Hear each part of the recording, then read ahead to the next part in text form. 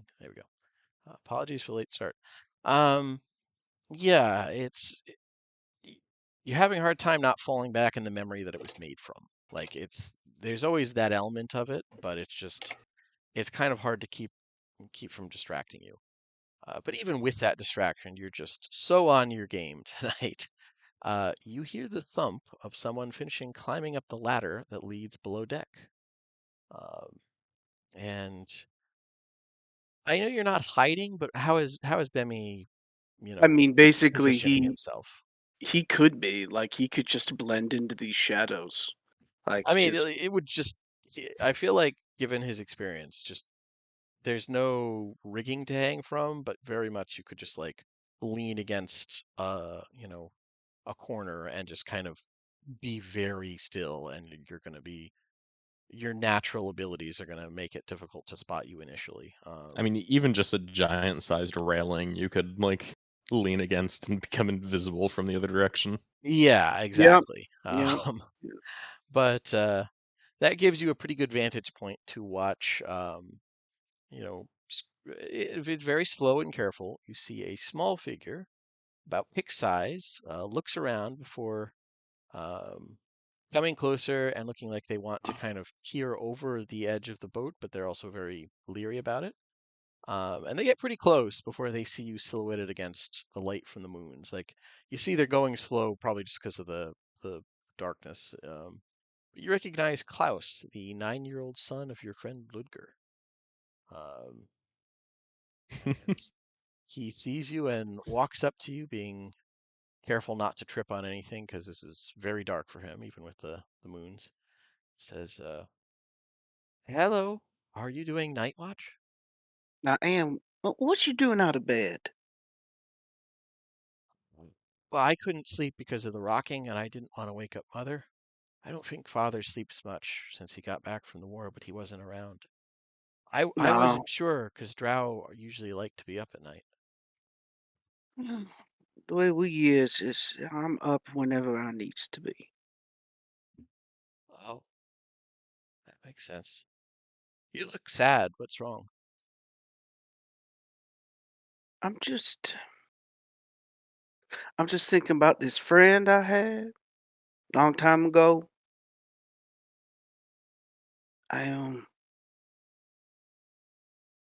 I thought he was real, but it turned out he wasn't. He was just all in my head. Oh, You ever have an imaginary friend before? no. My sister did though. I Mm, didn't. I couldn't see him.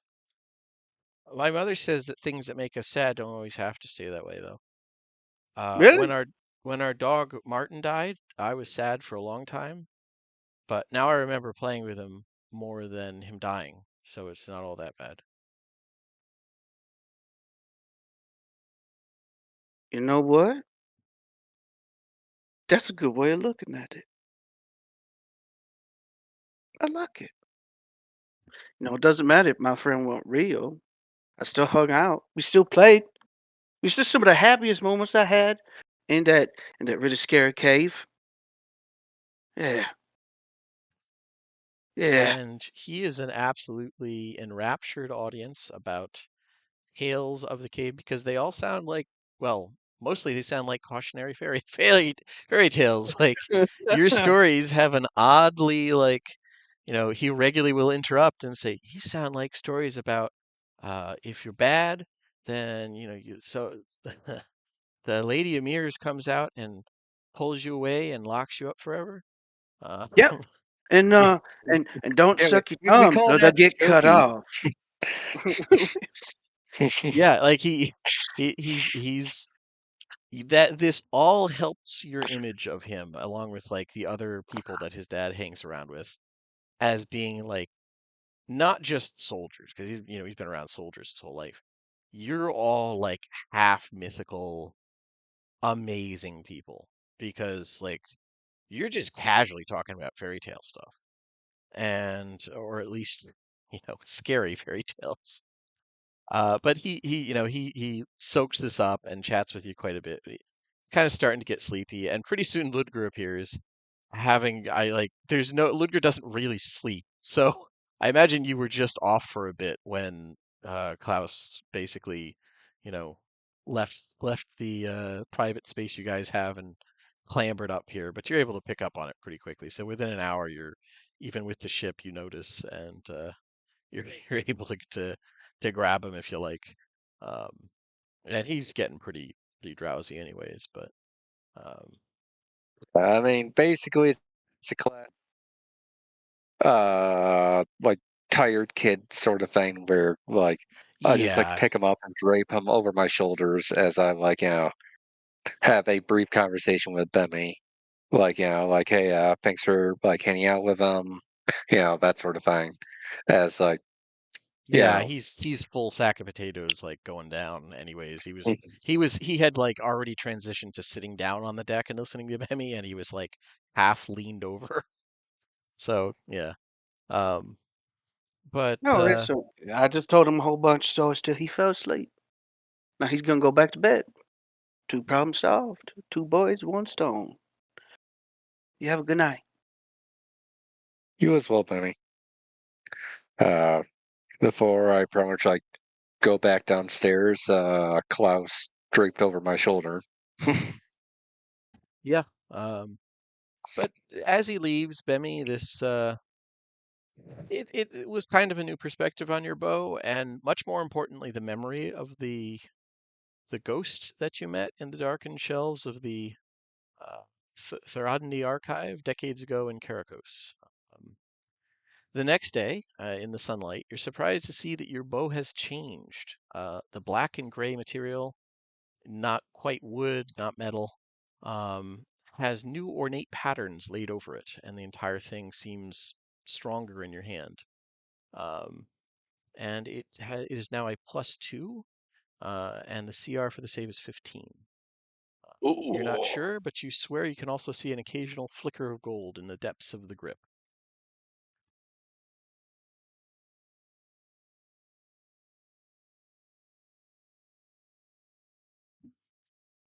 And I'll roll for the rest of it, but by and large, you don't get a lot of other things happening here. Oh, okay. Um, yeah, as you guys are going, I'd say it's yeah, like you're coming at this point, you're close enough. You can see the island, you can see the giant billowing volcano looming up. Um, and as you guys are coming in, um, Roslyn or Ostrin, the archaeologist that you brought on board, uh, like she she doesn't have a bell to ring, but she does like clear her throat a few times, and then gives up and just goes around and gets people, Mhm. and says, uh, there isn't any information about Kolkos in anything from Kurover. But I was able to convince some of Clan Wayrove's members to share with me what they knew. Well, or the clan had forced them. Either way, I found some absolutely fascinating information about the area.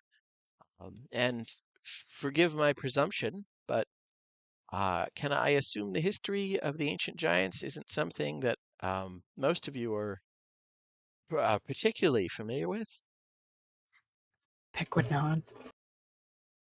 Yeah, I think please elucidate Balthazar us. to a minor extent, yeah. I'm sorry, Right. Purser, what were you saying? Please elucidate us. Yeah, I've yeah, she likes that. would Balak have a go, maybe? You actually know a fair bit.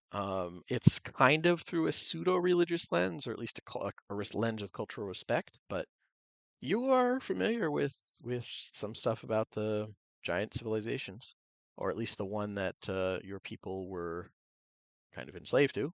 Um, they would say, served, but um, you can easily chime in with actually, if need be. Um, but yeah, she does look at that and says, and I don't presume to and tell you, Mister. Um, I'm sorry, I don't know if I ever caught your name. Torash, Balak Torash. Mr. Torash, I don't presume to inform you of something you may have unique insight on, but If there's anything I've learned over my 600 years, is that there's always more to learn. So yeah, go, please. well, that's Indulge me. a very enlightened mindset. Um, in I'll try to keep it relatively short, just because there's quite a bit of it. Um, so the Age of Giants is what we call the period of history between 80 and 40,000 years ago. During this time, the giant realms of Zendrik unlocked arcane secrets that are still mostly unmatched. Uh, Not counting dragons, of course. Well, and immortals. Um, During their highest point, Zendrik was divided into roughly 13 realms. The Group of 11, an alliance of 11 city-states. The Kulsur Dominion, an expansionist empire that was, well, from what we've been able to tell, the cause of a lot of major conflicts on the continent. And the Sulat League, a small union of cities that focused on arcane research above all else. Um, this island chain appears to have originally been the territory of the Karakos city-state, part of the Group of 11, until the cataclysmic attack by the dragons called the Shattering, that is thought to have destroyed all of the major giant civilizations. And like all of the city-states in the Group of 11, Karakos specialized in the magic and effects of a certain plane of existence, Dolur, the realm of the dead. Um, what makes Kulkus so fascinating is that, according to Wayrub scholars, is that it was apparently used by a different city-state within the 11. Um, and there haven't been they weren't able to find any indications that there was a conflict beforehand. So perhaps it was something like a lease or territorial trade. Well, regardless, the realm that made use of the island was of the uh, Suzat Suranti. There we go. Of Jaquata. That she didn't stumble over it. That was Sam. Uh, I what like I to know, imagine that she had to like double check her notes there. sure, yeah, why not? Sure. What I know about Chiquata is that mostly from, well, what Corover knows about Chiquata is we'd heard of it. It's primarily records of ruins found on Central Zendrik. Their magic and skills revolved around um, Ferenia, Plane of Fire. They were masterful smiths, diplomats, and chefs, I suppose. It's a bit odd. That might have been a mistranslation. But they were connected to several religions, one of which was apparently very similar to the modern Church of Silver Flame. So they must have had some faithful among them as well. She nods towards you, Purser. Uh, if you're looking for a contract with an immortal related to, well, artifice in Jaquata territory, I'd say that it would probably be in a temple dedicated to Almat Arta, a giant god of artistry and innovation. He was something like a bit of Antar with a bit of the traveler mixed in. They were odd in their religious views. It would be proudly displayed since it was proof of a realm's otherworldly allies, but um, I don't know what could be guarding it after 40,000 years, frankly, especially since Jaquata refused to bind elementals in servitude like the Sulat League. So it may be as simple as finding the temple. Um, Excellent. and was there anything you wanted to add, Mr. Tarash?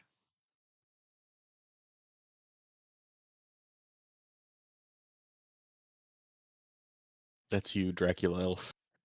Sorry, no, I missed that last bit. No, she asked if there was anything you wanted to add. Um, um, no, I think that was well done. Oh, thank you. It's always good to hear. Uh, it, I've been trying to improve my oration, especially since There have been some wags back on Corvair who have been um, making assertions about Morgrave's research side of things, and I'm trying to put that to bed. So I appreciate that. But that's about all I have.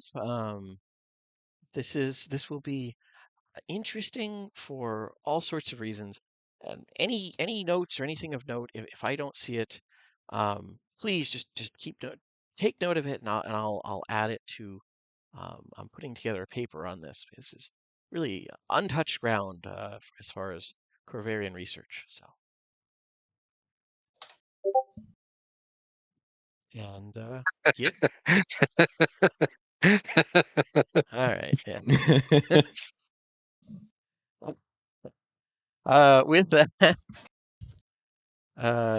you guys, the next day, it only takes a couple hours, and you're coming into Colcusp Island. Seems like a decent idea to approach it, based on the only settlement marked on your map. An unnamed town, as far as you're aware, on the northeastern coast. As you get closer, you can see the edge of a cloud that engulfs the shoreline from the west of town. It's fed by veins of lava slowly flowing down from the volcanic mountain that dominates the island skyline. Where these veins meet the sea, great gouts of steam spring into the air, creating what looks like a permanent haze. Um, Luckily, the steam doesn't cover the entire harbor, and your riptider is able to get surprisingly close to the shore before you get a few telltale screeches from below deck as the ship comes to a complete jarring stop. Um, Purser, if you're piloting, or Casca, whoever's Yeah, piloting, it'd be me right now. you can see through the ship's hull via the elemental helm that probably a lot of hidden obstacles here. This was just a shoal, but going any further, you're going to risk punching a hole in the ship if you hit something really hard. Oh yeah, with like thousands of years of geologic activity, there'd be like spires and Yeah, sharp exactly. abutments. For once, I was able to come up with something coherent there. But yeah, it is definitely it's risky to go too much closer. But you're closer than you were. Realistically, you're actually a little closer than you're able to get to um, Hular. So that's good. But normally, you feel like this was a deep enough harbor where ships could just come and go, but not anymore. Right. Yeah, let's disembark and make our way to shore. Okay. Land. We know there's land, Bemmy. Just pointed out. I mean, I don't know. Supposed to say land hole or I'll be quiet. How know do you what? know that? I, I, in the background, two like probably the source of Bemmy's knowledge, two little voices squeal out "land ho" very excitedly. One thing, as we get near the island, Baylock kind of has a smile on his face. He's really enjoying this. Yeah. This is, let's see, at 600. You have heard of, like, maybe once a generation, people doing your people visiting Kolcusp Island, but it was one of those things where nobody really liked it, and it was all very hush hush on why, and it wasn't for any of the usual like looting ruins. Everybody was very quiet about it, and it was just, yeah, we got to go there for a reason, and it was honestly beneath you when you had enough rank, and then later on, nobody was going to tell you about like how to make a paperclip. So it was kind of, you were too high for it for anyone to bother you with initially, and then later on, you were too low for anyone to tell you about it. Um, Yeah, I but remember. your people do visit here like once 1,000 years, every 1,000 years or so. But yeah, hacking onto the dinghy, probably with a moth person. I feel like Pick might be paranoid about the dinghy. that one, like she might just like gonna flutter overhead and land on you guys' like hats occasionally. Yeah, she just occasionally touches down, but it's like, no, dinghy is bad. Yeah. But you're able to continue via the canoe slash dinghy. You're able to get a good look at the ancient Jaquata town. Oh, and I should ask, she really wants to come. Do you guys want the archaeologist with you? Oh yeah. Okay, cool. She's happy. Sure. No, you dog. What? Purser wants her to come. I don't know if Dan does. Well, And kudos on Dan for going with that. Um, but yeah, it's the town itself was built into the natural slope created by the buildup of volcanic rock. The settlement should have been like buried under that gradual flow probably a long time ago with 40,000 years. But whatever magic the giants used to preserve their homes is still mostly in effect here. Although it seems weaker than the other ruins you've seen. The entire settlement is almost complete. It's not covered in rock or buried, but it is pretty heavily engulfed in foliage. Huge trees wrapping their roots around buildings, vines draping from every archway, and blankets of moss spreading across the floors of buildings. As you come into the ruined harbor and find there's plenty of places to dock a dinghy. Um, the ruins loom over you, and the streets give the impression of overgrown ravines humming with plant and animal life. hmm. But yeah, the docks themselves, you're maneuvering through marsh grasses. A lot of that has some of the docks have silted up, but eventually you're able to find a stable enough spot to tie the dinghy off and disembark. Um, Navigating this, green maze, let alone finding the temple, is going to be quite the challenge. How would you like to go about it? So Purser does have a plan. He Don't puts burn his down the hands on his forest. hips and looks out over the ruined city. Please He do not goes, burn it if down. I were a long lost, forgotten temple to Onatar, where would I be? Bemmy points in a random direction. Maybe over there. Ah, perfect. Okay. Um, Seeing that that's the method, Roslyn like frantically sketches out a giant rune, for you to at least look for, because a lot of these this old and this overgrown, one building is difficult to discern from the other. Hmm. She sketches out the pattern invokes the shape of a harp and hammer entwined, and says this is the giant symbol for that god, and to look for it. Which I will Oh. put the All name right. in to spare you all my pronunciation. What does their temples look like? They have a certain look. Big. No shit, they're giants. She nods. Yeah, she nods. Um, Yeah, they're pretty big. The giant god of Omnat Ara. yeah, there we go.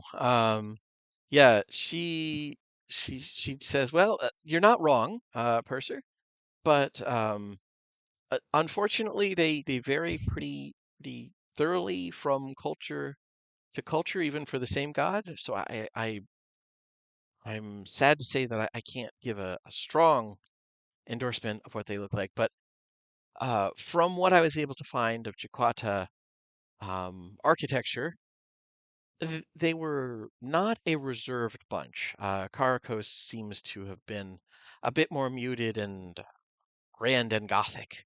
Um, I mean, you can see some. I think that's a bit of some things reflecting over there as it is.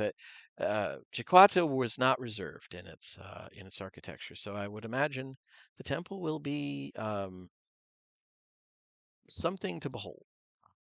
But I'm afraid I can't give any more detailed descriptions. Uh, but this is part of the fun. It's an exploring moment, right? Indeed. And Let's see if we can repair the reputation of that school of yours. Oh, there's been some attempts, but it's not serious. It's not. Moorgrave has distractors, but it's not too.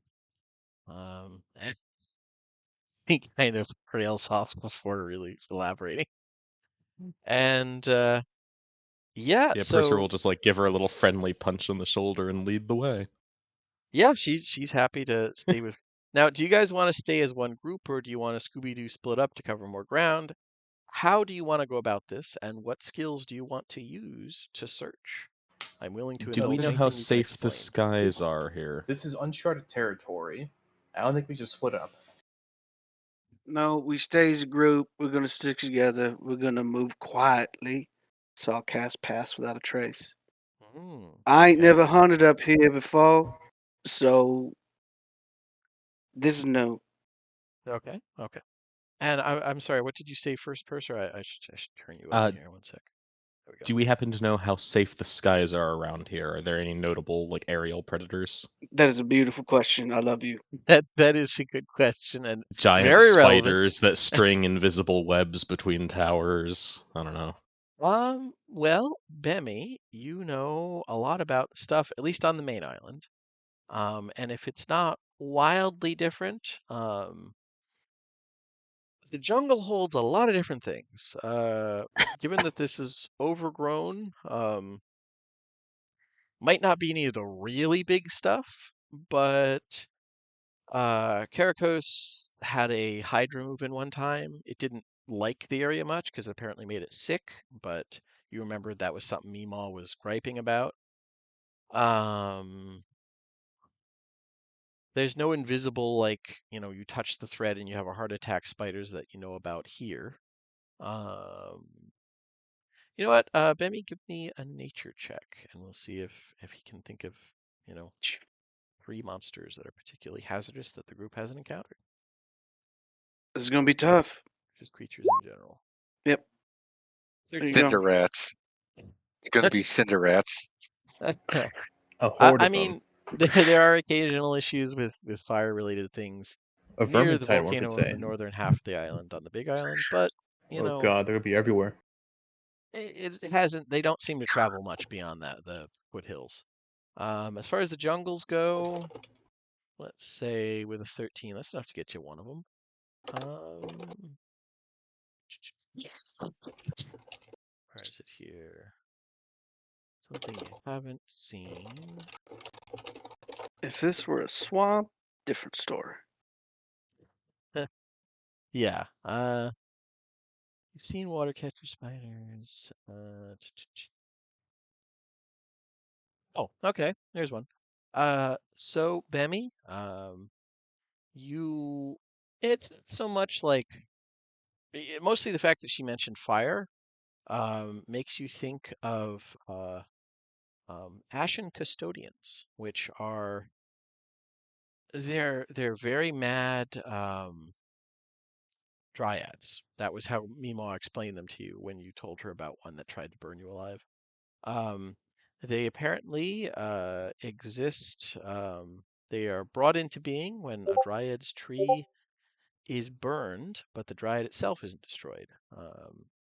They are dryads infused with fire, and often ally with strange strange groups, and they're kind of patron fae of like cleansing forest fires.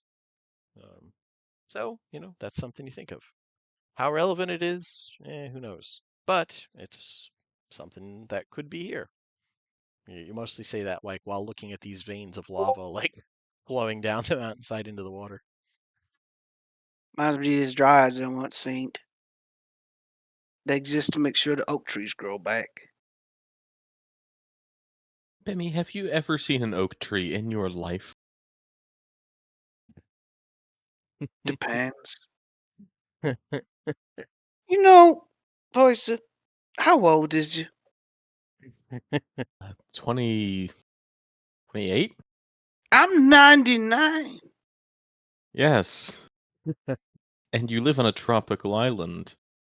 So No, proud. just Purser will, like, pull out his notebook and, like, scribble some, like, leaf sketches of, like, temperate plants.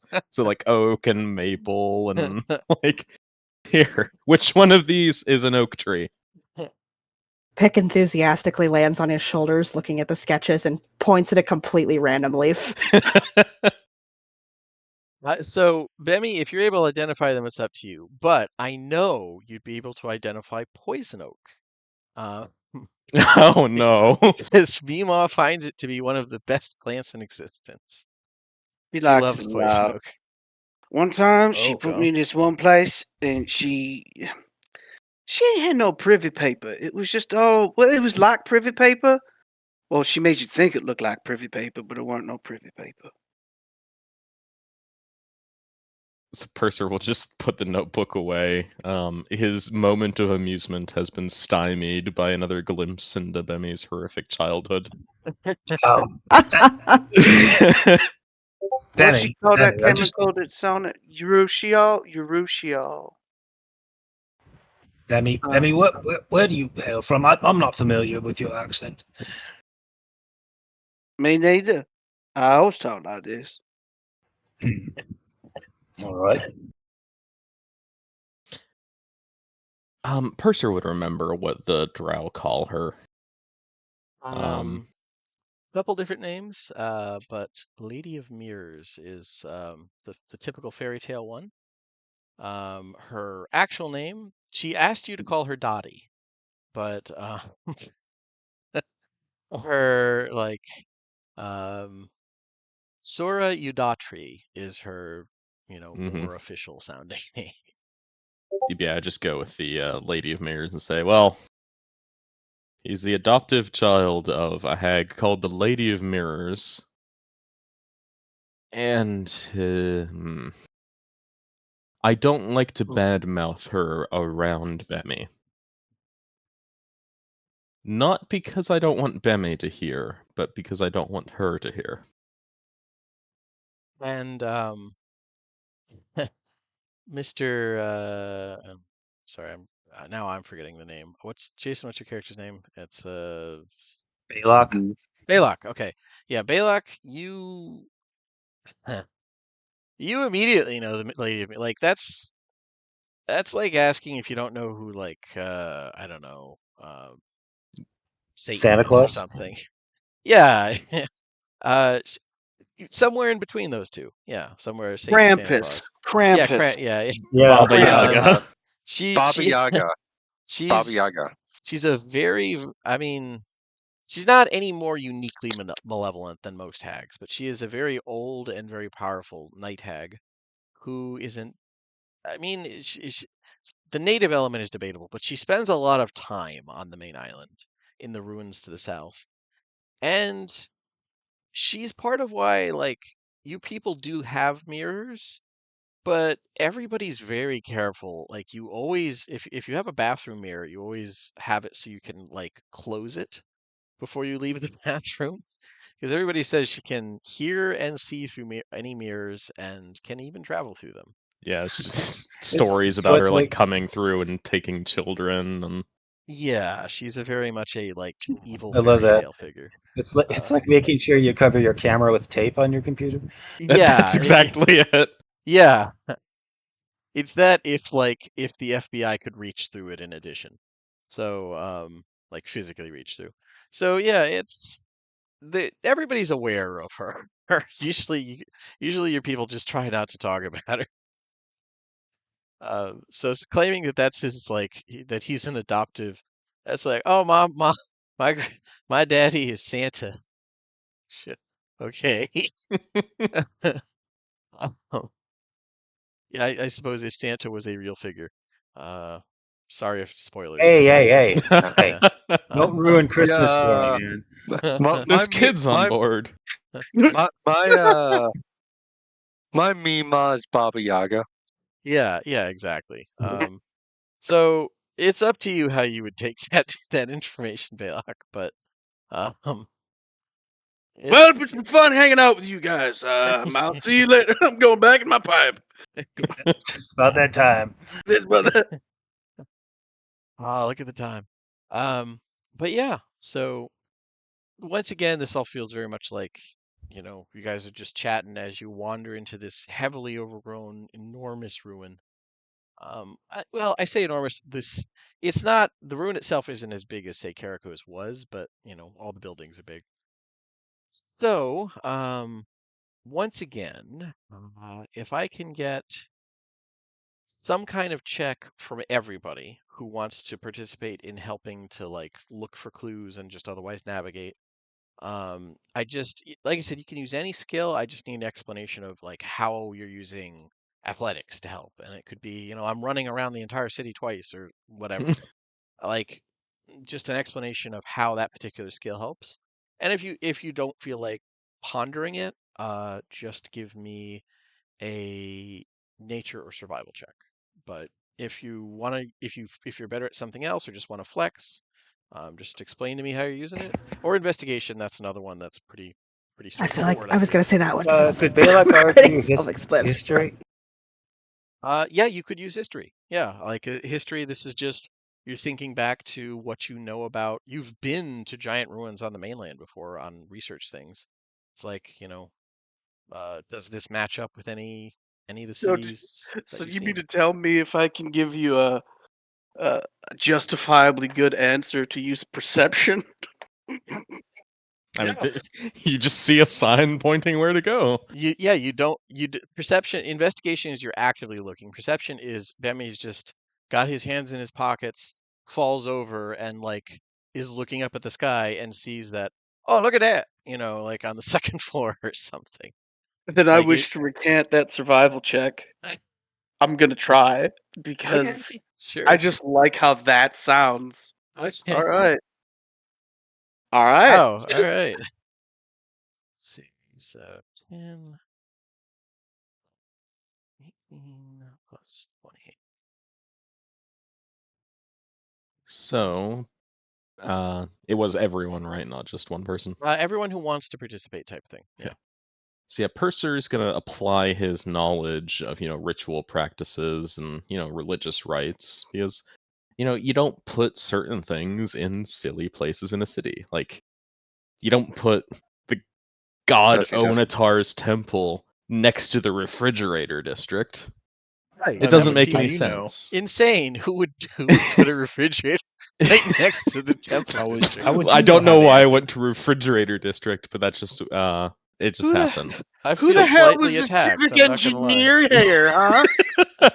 But you're gonna have, centrally located avenues with clear sight lines, or at least formerly clear Yeah. positioning, and you don't want temples too close or too far from each other. So stuff like that. Yeah. Absolutely. Okay, not bad, not bad. Actually, I feel like you and Balog God? would get into a discussion about this because he was kind of going off the same thing, where he's just thinking back to research to ones he's seen. Um, I feel like to the extent where he starts to argue with you a little bit about it, and that maybe that's why he only got the 10. I don't know. Yeah, Uh, Purser doesn't have any direct experience. He's just going off, this is what I would do if I was competently redesigning this city. Gotcha. And was there anything that or is Ludger? Or are you just pulling security while these guys are looking? Yeah, Ludger's pulling security. Yeah, none of this is the sort of thing that he has like any expertise in.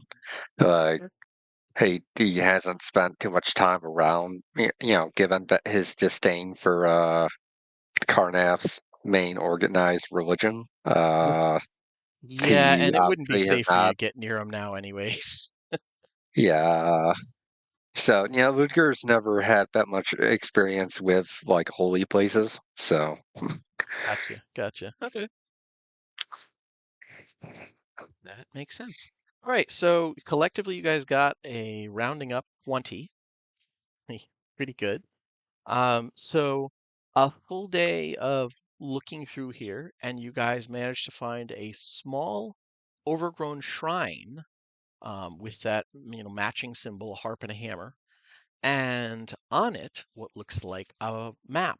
Um, the map seems to depict the town, which, according to this, if reading the giant runes, is named uh, Guamadao, and the nearby volcano, which is labeled as scorch growth. The map shows what looks like a pilgrimage trail leading up the volcano to near the lip of it, where there is a temple symbol. So it seems like they don't have the main temple here in the town or city or whatever it was, small city, big town. It seems like they put it up on the lip of the volcano, so to speak, or at least high up. But now you know where it is. In retrospect, that positioning should have been obvious. Well, I mean, it's not. You don't know. You're going off some very vague brush strokes here for these people. So there could have been something against like interfering with the volcano itself. There's all kinds of reasons why it could have been in town.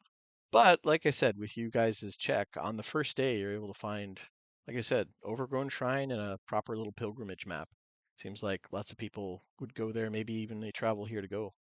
Um, but and I will say the other thing you guys notice as you're going around is that there's kind of patterns in the absolutely lush growth of plant life in the city. Um, the fact that most of the trees are fruiting nearly, and like pick, you just casually notice it and in very pick fashion just point it out. Oh, that's good for that. Oh, oh, that's good if smells very nice and wakes up. Like almost all of the stuff growing in large amounts, even the vines, seems to have some kind of medicinal use. Um, Normally you wouldn't get this level of useful plants growing like this in a natural environment. I think Um, this was garden. Medicine garden. and like this is a pattern through the whole city, like overgrowing, the ruins and stuff. Um, Maybe it's just stuff that went wild, but a lot of these are like actively, the vines are actively crumbling the buildings, even if they're really sturdy. So it seems maybe it was like ivy, but it seems unlikely that they were deliberately planting these things when those buildings were in use. Hmm. Maybe If not. if these were So tended by an alchemist, we'd best keep an eye out for dangerous plants that may have escaped containment. these plants are It's, meant to be altered, I see. maybe it's some more maybe some sort of just some corruption of sorts. Somebody put a hex on the land, you know. No, it's probably someone Possibility is that people may very well be here.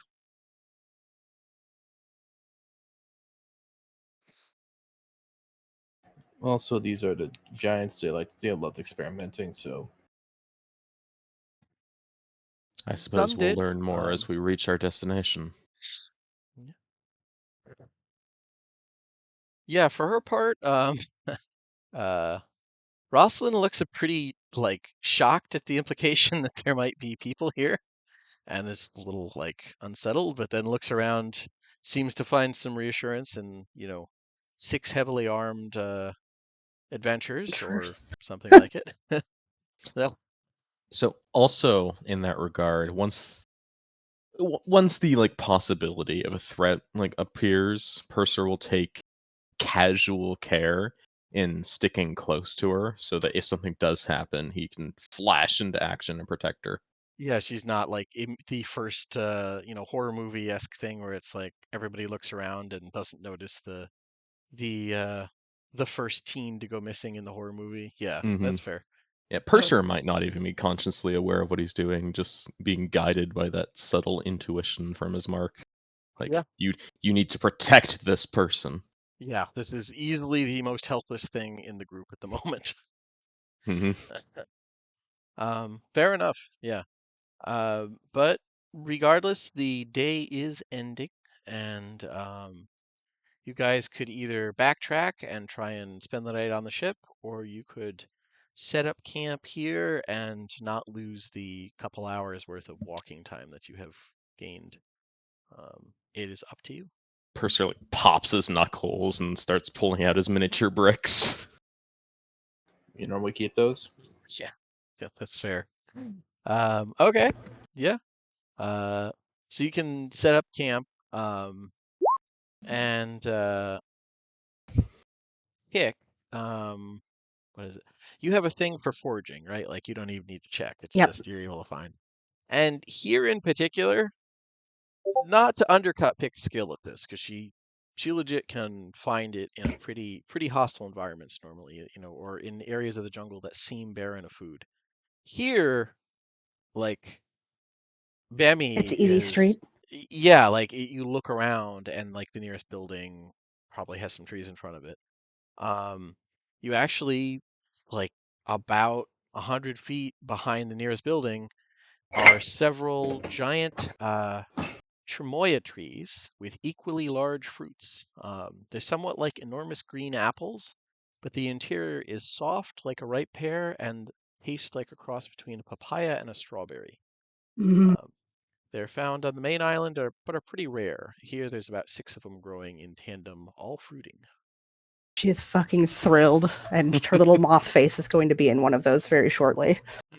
That like All over it, just they Just are like the about Cookie Monster. yeah, they're like about just half your body size, so it's like you could easily like crawl half inside of one.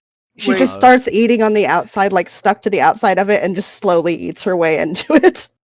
What color is it? What color is it? Because if they are it's green. red and she Yeah. keeps, Oh, yeah, oh she- god, They are. It's green. like when the rabbits eat strawberries. Yeah. I mean, green's equally scary. It's like, what is that? Yeah. Hungry did you little see the cold? caterpillar. What happened? But yeah, Bemi, actually, your Meemaw serves them sometime as dessert. She always chills them first and calls them ice cream fruit, which is a weird name. But yeah, pick as you flutter up and grab the fruits, or just like slam your face into them.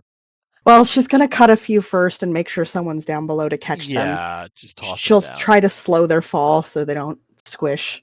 Yeah, anybody who wants to help her could, but there is plenty of these to go around. And as you do that, there's a sudden movement from the huge branches, and a flowering vine whips out from a hiding spot, attempting to grab you. I knew it. Squeak! Squeak! Okay. My fruits! Now it's Angry squeaking. Better than a All monkey. right. It is not a monkey. I will spoil that. One sec here. Let me zoom out. Angry moth squeak. Yeah, I mean it's mine. I feel like that's Mine. probably Pick's first reaction. Yeah, like I am supposed to be 30 minutes from now fat with this fruit. covered in green stuff. Yeah. All right. Let's see. I've never seen a moth with a pot belly before. You gonna? Got Smeltzer and Ludger and Purser. And you know what? I even have a thing for our natives of Mishann folk. Here she is. Rosalind. Okay. Boy, it was a long time ago I made that character. All right. I think that is. Am I forgetting someone? Probably. There's 6 players, so that does seem like a lower number than it should be. Purser, Ludger, Pick, Balthazar, and Bemi. Oh, okay. Well, we will go to the map. And there we go. And if you want to be somewhere different, you can move yourself around. Yeah. I'll probably need to head off after this combat. Yeah, that's fine. I'm tracking. If need be during or something, I don't expect it to last that long, but if it does happen. And yeah, so just move yourselves where you would have been and roll initiative. Since Honestly, I'm this about to spot leave, Purser's in is I'll great. pop inspiration. Okay. Hey, there you go. And it worked. Where in the world is my token? I might not have put it on there. You did not. I did not. Okay, that was who I was missing. I this- stayed. There it is. st- There you All go. Okay, Bemmy, you're there. Yeah, this nice open spot where Bemmy formerly wasn't is the perfect spot for the tower. Yeah, Oh. exactly.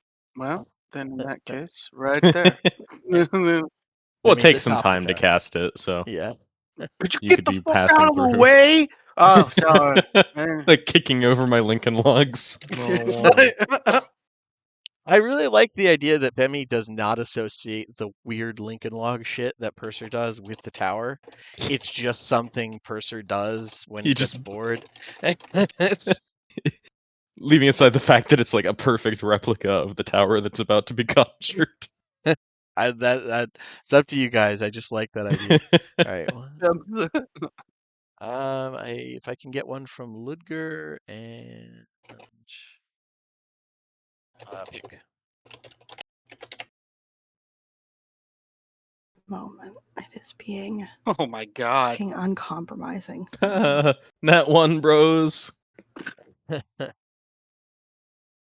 Okay, cool. Of course, you Where still are- beat half the team. Listen, I think Ludger, you're the only one who I don't see in initiative order. Did you already roll and it just didn't go in? Oh, Scott, you with us? No, he must reload. He's a broken mic. Ah, okay, yeah, By the way, he is. Bela does this. Okay. Oh, nice. Yeah, always good. I'm just gonna message Scott. Oh, yeah. There it is. Probably Told been you. trying to talk. Ludger, with us, bud. I should be now. I'm here. Okay, if you can roll Hell initiative yeah. at will. That's the You're case. probably wondering why we went so quiet. You need to do something now instead of just listen. Oh, massive lag spike. Have fun waiting 3 minutes for you to even like be able to do anything. I really hope that when that happens, my voice goes real slow and can you roll initiative? No, you guys Yeah. sound 100% normal. Like that's the obnoxious part about it. Okay. Okay, not bad. All right. So, in a thematically appropriate moment, the creature, which you pick your attacker, is a writhing bundle of vines. It takes the rough shape of a cat with the head of a lizard. Flowering buds peek out of empty eye sockets, and wilted petals sprout along the ever-shifting hide of this creature, which may be how it hides. Let me put an image up. Game image up. To here. Oh, there it is. That is the creature. And it's about 4 feet long. But yeah, it's a little bigger than you picked. Probably why it thought of you as a possible food item. So it is going to do some attacks. It's going to start off with, yeah. Oh, yeah, it's just going to do Vine Lash. So 1, 2, 3. Okay. As it lashes at you with vines. 17 to hit. Yep. Okay. 10 bludgeoning, and you are grappled. Angry Nat pit 1 hissing. to hit, which I need to roll on. Let me go. Angry pit kissing. Pit kissing. Squeakity squeak. Distress squeak. Let me out. Yeah. Okay, here we go. Bunch of crit fail tables. Well, at least I'm opening them early. And a 91. Let's see. Weapon It attack. dies Oh, that's- instantly. Yeah, there are no dies instantly on any crit tables I'm using. That would be not as fun, I think. Okay. Oh, okay. Because it's Lapse already of- super fun to start with. I know, right? Okay. I choose to take that at face value. So pick. You can use your reaction to immediately take a free weapon attack or cast a cantrip towards this guy because he seems to have lost a moment's focus. Probably because it just noticed all of the big things down here. I'm going to take that. I think it's a cantrip. Let me double check. Yep, I think Sacred Flame is cantrip. Yeah. Gotcha. Yeah. Gotcha. Let me out. Hiss. Okay. Okay. Let's dex save. Let's see if he gets that. Oh, he's got some decent saves for dex. His dexterous ball of vines. Yeah, he crits. He not having it. And then 22 to hit for another 5 bludgeoning, and then a 9 to hit for probably not hitting. So a total of 15 bludgeoning damage, and he has you grappled. And looking like it's opening its maw, kind of. I mean, if the maw is made of vines too, how much of that is just engulfing? But you know. All right, Balthazar, what would you like to do? I'm gonna run up there. I activate my stando power. Okay, now keep in mind, she is about 50 feet up. Just a heads up. 50 feet up. These are giant-sized trees. Yep, fruiting at the very tippy All top. right. Oh. All right. I got 40 feet. I have 45 feet of movement to get there, and I guess I'll climb. Okay. And acrobatics to make it like my normal speed. How's that work again? Strictly speaking, it's just standard half your movement. If you want to feel risky, you could roll acrobatics to see if you could get normal movement, or if you could slide down in a less than dignified fashion. Yeah, let's see. I'm gonna do acrobatics. See if I can go normally. Gotcha. 16. Yep, that's enough. You're able to All right. move 45 stuff feet. and run up the tree. 45 feet up, which means I'm in Okay. perfect thing. And see if I can get a hit. So I'll try to flurry. Okay. It did not expect that. I will say, like, pretty comfortably. Did not expect you to run up the tree. So Uh, I guess a 10 won't hit, but 25 for 7 fours. 25 definitely hits, and it does not like that. Let me see how this works. It's single turn. Okay, okay. Let me take that off then. And I will decide to try something out. Because I'm about to leave after this, I'll spend another key point to try to stun it. Okay, okay, fair enough. Constitution save. What's the numbers again? I keep forgetting. 13 plus something. Wisdom. 16. Okay. I think it's a 16 to con save. 18, says All right, Boo. he's not stunned. Big And rolls on this little guy. that'll be my turn. I'll sadly need to take my leave now. I figured. Thanks for coming, and we will Take it easy, buddy. hopefully see you next week. See you next week. Here. Yep, I'll see you next week or whenever. Yep. And Balak, you just saw the funny monk man run up the tree. How are you going to top that? Well, I'm gonna bring out a very original spell called Eldritch Blast. Does it need to be original if it's so goddamn cool? Yeah. Go ahead. More reliable. That hits. And remember, you get more than one. At least I think you do at this level, right? Yeah, it has to be at least more than one. 1 sec. Wait, just check. No, that was not what I meant to do. Show the spell description. Ignore the force.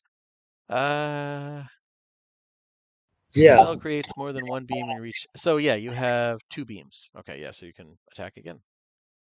12 sadly does not hit. You just burst one of the large fruits next to Balthazar, splattering him in delicious smelling juice. on the But first one, on the one that hits, I want to do that, and I want to see if I can yank it off. ah, I like this plan for a couple reasons. Okay, so for one thing, one of its vines dies as you impact it. We will say I will roll randomly and see which vine dies. A 1 is the Loneliest number that you'll ever It do. is. I'm just looking to see which vine.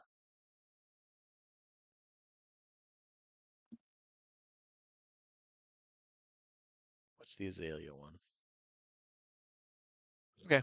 Yeah, so the azalea vine dies, and you it pulled 10 feet out of the underbrush.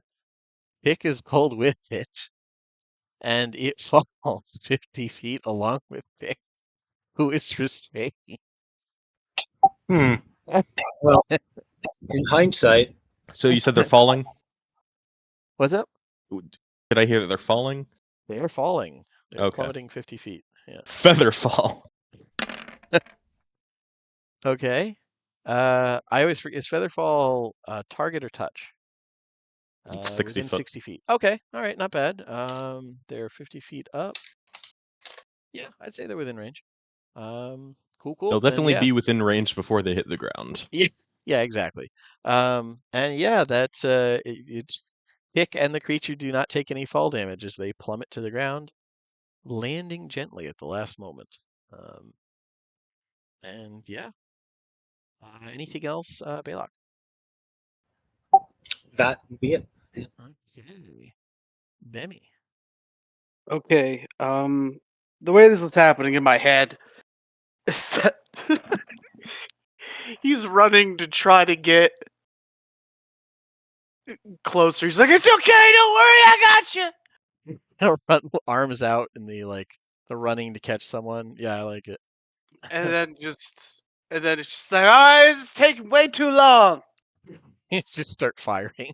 And, and I'm going to shoot at this thing as it slowly falls Okay, fair enough. to It's the easy ground. shots. It's moving slowly, writhing around a lot, trying to Exactly. Um, but you know what? I guess bonus action Hunter's Mark, Okay. and I will be able to shoot this thing 3 times. Once. That's a hit, I'm assuming. Yeah, 30 hits. 13. Someday I'm gonna say no just to fuck with you. 13 does not hit. All right. Ooh, 16. 16 does hit. Okay. All right. Boom. Boom. No sneak attack, obviously. Well, yeah, there's a sneak attack on the first one. Pick is within 5 feet of it. It's grappled with it. Oh, So holy yeah. smokes. Yeah, you're Yeah. right. You're right. You're right. And that gives me 200 mark damage. So that's 8, 9, 11 to 25, 31, 37. Okay.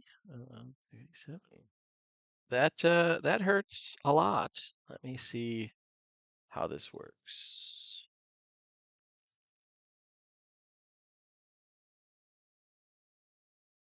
Okay, so you can only kill one vine per turn. Okay, yeah, it does not like that as you savage it with an artillery barrage. It is writhing as huge gouts of mass are sheared off from the central mass of vines. Lets out a pitiable squeal. It honestly just sounds like a high winds going through underbrush or something. It's a very odd noise. But it seems pretty upset and is there's lots of sap spraying all over as you uh, just light it up. And anything Um, else? can I expend a bow charge to make him sad? Yeah, I think so. All right. I'm going to do I that. don't think it needs to be that smart to be sad. God knows. No. All right. I get So sad let all the me time. see here. All right. It's a DC 15 now, It is. which is why I wanna use it. Yeah. Alright. Um. And don't forget to have up to the thing. It's not a +1, it's a +2. Yep. Okay. Yep. All right, and let me take the charisma saving throw. Okay, they are not that charismatic. They're covered in flowers. They should be more charismatic. All right. We have this delicious fruit. It fails. And actually, it fails by more than 5, so it's prone. And has very little movement speed. Anything else? Nope. Okay. It still has you grappled, even though it fell prone, but it's looking in very bad shape. One of its main 4 vines has died, and it's like looking like it's very much rethinking the whole eat. Yeah, my fruit. Get. You get the feeling maybe it doesn't eat the fruit. Maybe it eats what comes with the fruit. That's fair. But what would you like to do, if any? I am going to try and get the fuck out. Okay, okay. I don't know how Then to it is break crap. you just need to do an athletics or acrobatics check, and it needs to do an athletics to try and hold you.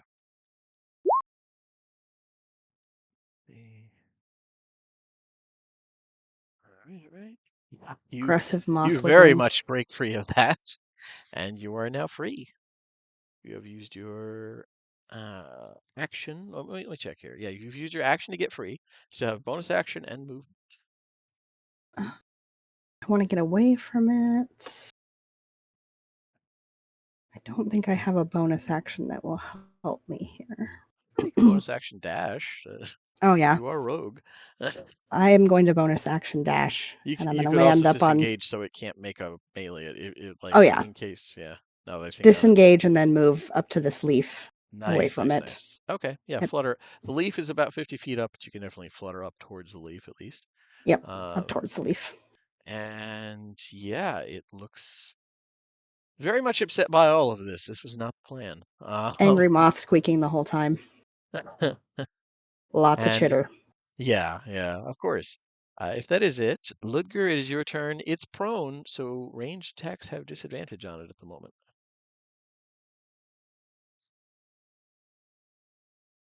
We'll just run up and start kicking, I guess. I don't. Depends on how intimidated you are. You wrote fix bayonets. No, that's not necessarily. I said fix bayonets. Yeah, exactly. I'm betting that there is a lag element happening. Yeah, there it is. So you up to date with this there, Ludger? Or I can repeat. It's no problem. Can you hear me? There you Yep. go. I heard that. Yeah, like I heard everything. It's just a classic Okay. case. Oh yeah, you need to do something? Go fuck yourself. Yeah, it'd be like that. Didn't you say it was pulled 10 feet closer to us by It Eldritch was. It was Blessing? pulled out of the tree. It fell, and it is now prone because it really failed when Bemi shot it. And it's prone on the ground, meaning ranged attacks have disadvantage at the moment. Until it What I stands up. mean was like, would it still be here, or would have been like here It if it was got pulled pulled 10 10 feet? feet forward out of the tree already. That's what I was saying. Like, that's Oh, why it's so there. Yeah. so it's here. It was here, and then it was pulled Oh, 10 feet forward. See? okay. Yep, yep. In that case, not. You know, I don't have that much movement speed, so you know, it's either run forward and then my turn doing nothing, or shoot with disadvantage. So I guess I'm just gonna shoot with disadvantage. Gotcha. Okay. And as such, I am not going to use my action surge. I wasn't going Yeah. to start with, but It's not like it's a permanent effect it has. It was unwillingly knocked prone. So it's, yeah, it's.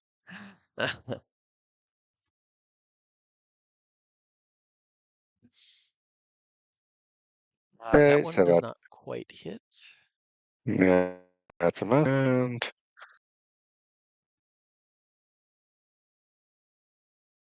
That one definitely hits. There you go. Oh, no, wait. Disadvantage. Fuck. Uh, yeah. The first one does. No? Oh no, disadvantage. I'm sorry. Cheese and crackers. Language. So if I could get a D100 there, Scott.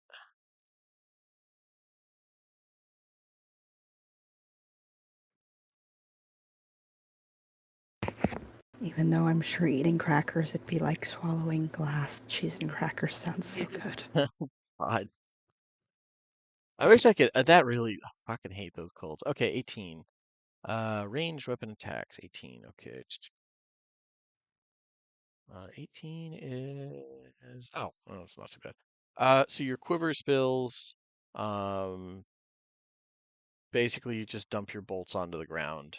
You can use a bonus action to pick them up and put them in your quiver. But yeah, that's not a big deal. And yeah, anything else?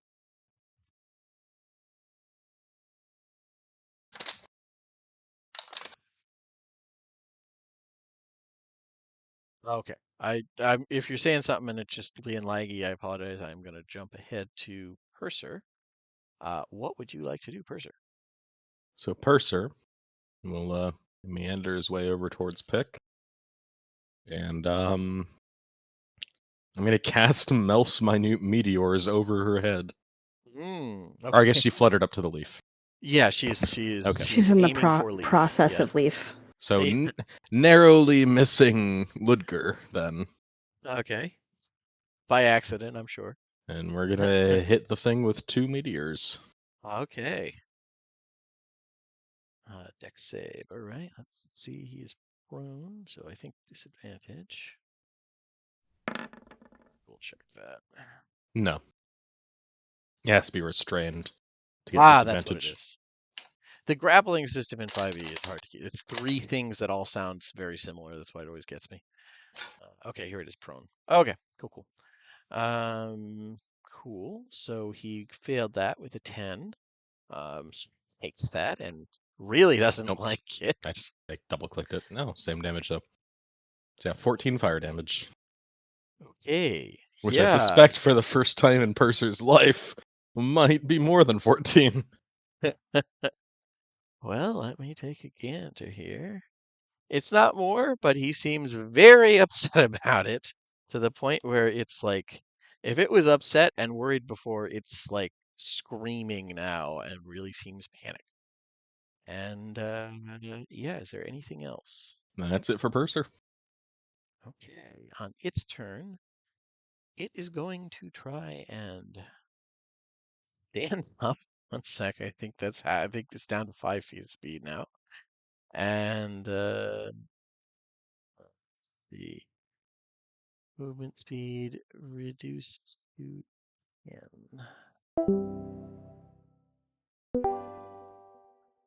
Yeah. So it stands up, has 5 feet of movement. It's going to dash to try and get away from you guys. Has no interest in any of this smoke.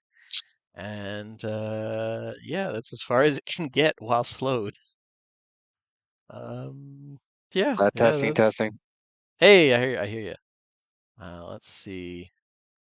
Would it try and do anything? No, that doesn't work. That doesn't work. No, he doesn't want any of that shit. His regen isn't working. He wants to get the fuck away. Okay, that's all. Balthazar is becomes enraptured by the fruits and is staring at his own reflection in one. Balak, what would you like to do? Eldritch Blast. As it's running away. Fair enough. 23 hits and 16 hits. Or 14. It's another vine dice. Do you want to drag it back, undoing most of its movement? I do, absolutely, I do. Testing, testing. Okay. Hey, I hear that. Okay. Yeah, I Now, was just gonna say, Yep. like earlier, I used my bonus action to pick up all the spilled some arrow stuff. shit. I figured, yeah. Okay. And yeah, it's can you I know you can do it with the shove one, so I imagine you can do it with the pull. So do you want to drag it back 20 feet and like have it end your turn 5 feet closer to you guys than when it first started running? Oh, because I hit it twice. Oh, I see. Yeah, because you Um, can do it twice. Like I know yeah, you can yeah, do yeah, it twice with the shove one. So. yeah. No, he's not. Yeah, I'm freaking Alright. like a fishing. I have a fishing rod. All right. So as the beast tries to flee, it is not allowed to. And Bemmy, what would you like to do? I'm gonna shoot it twice. It's howling in panic and fear as you rain spells and damage up on it. Now I feel slightly bad for it, but Ugh. Pick It doesn't. tried to eat you. Yeah, Pick is like you attacked me when I was going for fruit. It was a good day. Everybody was having a good day. Yeah, it's more his fault than anybody's. I mean, Why did you make me do this? All right. 18 and 20. Bemmy, both of those hit. All right.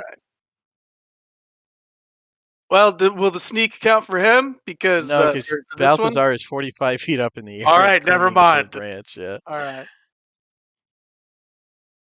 All right, 21.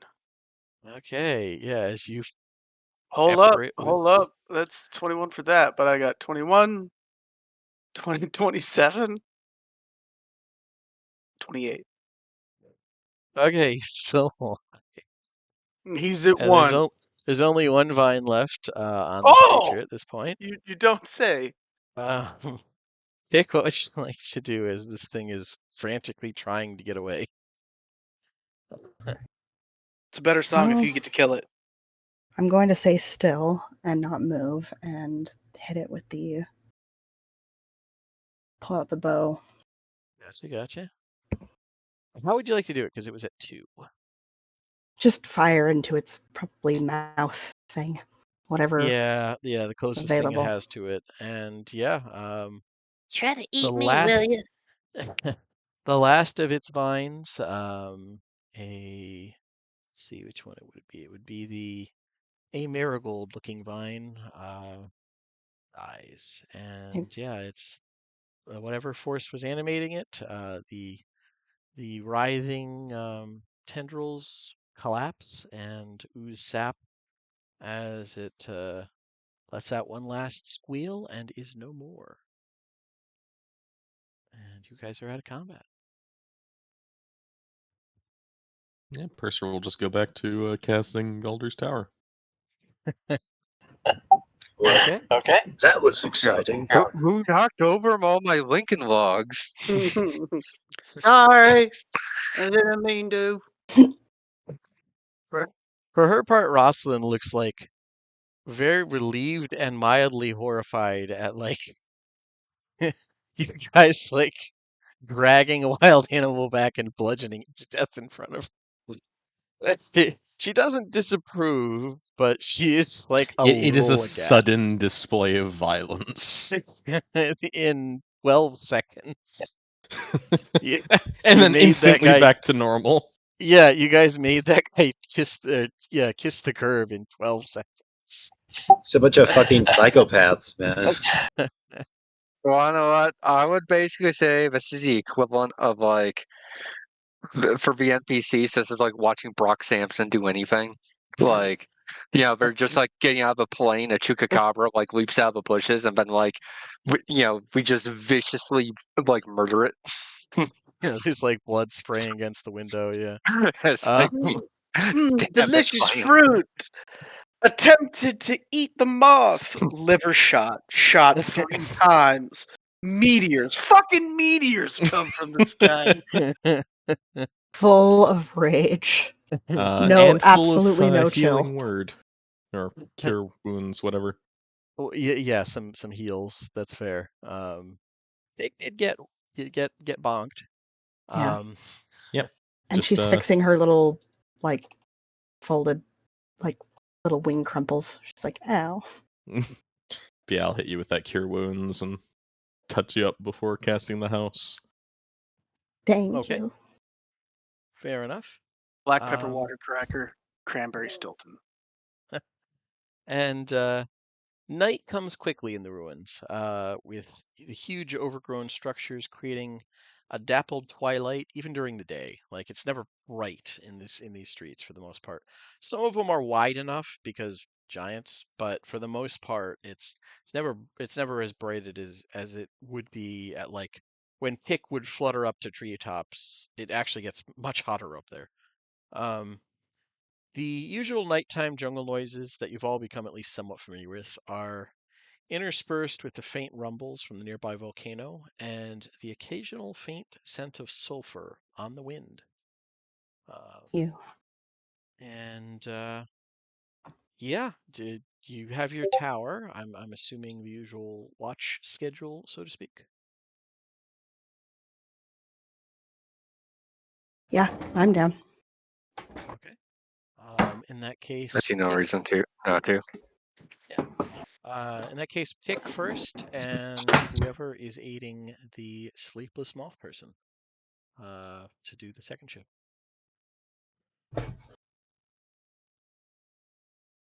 Perception check from pick, and then if it's an elf, one perception check. If it's a non-elf, I'll need 2 people. 1 second, I got you. Not great. Uh, She's very fat with fruit. Yeah, pick. You were just gorging the entire time. She's very focused on getting as much fruit in her as possible. These are pretty. Like these are a rare treat back home, and Yeah. like there's several trees worth of them. You can just eat as much as you want. This is great. But yeah, it's distracting, but nothing attacks you. Bemmy. Yeah, you have the oddest sense that someone is watching you, Bemmy, more than usual, because your mirror is like, you don't hear anything from your mirror. Usually Meemaw like clears her throat or taps on it or something to get your attention when she wants you to know she's watching you. None of that happens this time. So it's an odd sensation, but you don't spot anything. So who knows? I just imagine someone watching the party and they just watch Pick for like 4 straight hours, cramming her face with as much fruit as possible. and you know what? It's not anything threatening either. They're just like, I was hearing these noises and I had to look. It's like a toddler eating multiple pumpkins. Yeah. Yeah, it's just shoving all 4 hands filled with fruit, just Yeah, Balak's like looking at her like, what the fuck? I feel like it does play into some of the stereotypes your people have about hers. Like they're, very easily exploitable, kind of childlike, savage peoples, and like, I feel like through Balak's eyes, it's like, well, eh. But yeah, the day does dawn without further incident. And yeah, you guys are free to leave the air-conditioned comfort of that tower and start the trek up the volcano, if you so desire. It's about a full day's journey up. sad moth noises. Yeah, and like Be hot. the worst part is these things don't travel well. That's part of why they're a rare thing. You pick them, and within 2 days, they are not tasty anymore. Like they're at their best, they're soft, and you just kind of can eat them with a spoon. But they immediately turn to like soup after like 2 days. They're just inedible, gross. This is terrible. Unless yeah, there's potential for stuff there, but they are. I will say, all of you, especially those of you from Corvette, you've never had these. Like these are really good. Bemmy, they're not as good as if you chill them. Like, but you're kind enough not to mention them. Does Pick let us have any? Yes. Could not. There's no way for Pick to eat all of these. Each fruit is like the size of a watermelon or pumpkin, and there's like 5 trees currently fruiting. Like she will explode if she tries to eat all of these. I'm not saying she wouldn't The die spirit doing is willing, but the flesh is weak. Yeah, that's fair. This might be a situation where Pick would gorge herself on fruit and die. I don't know. Now, she's got enough breaks. There would be a level of dedication to RP. I'd be like, you know what? Your next character, you're coming back with a very rare. Like, I can't even fault you for that. Like, that's a stupid way to go, but it's dedicated. How did she die? She Doing just what kept she going, loved. doing what she loved. We left her alone in the strawberry melon patch for just 5 minutes. How did this happen? It's like a She sheep wouldn't breaking into a stop. grain thing. Yeah. Yep. She just kept going. We said, Oh. stop. There's other things in the world. She looked at us deadpan and said, no. No. Nothing before fruits. Think of your family. I have no family.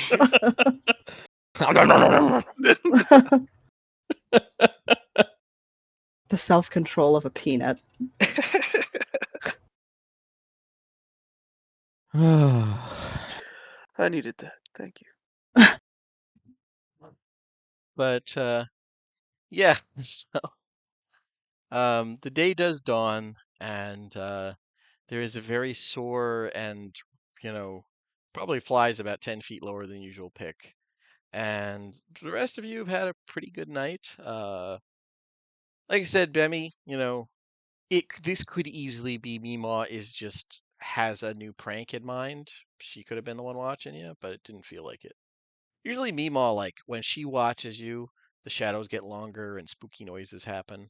That's how you know, that's how you know it's her. That's the love. And there was none of that this time.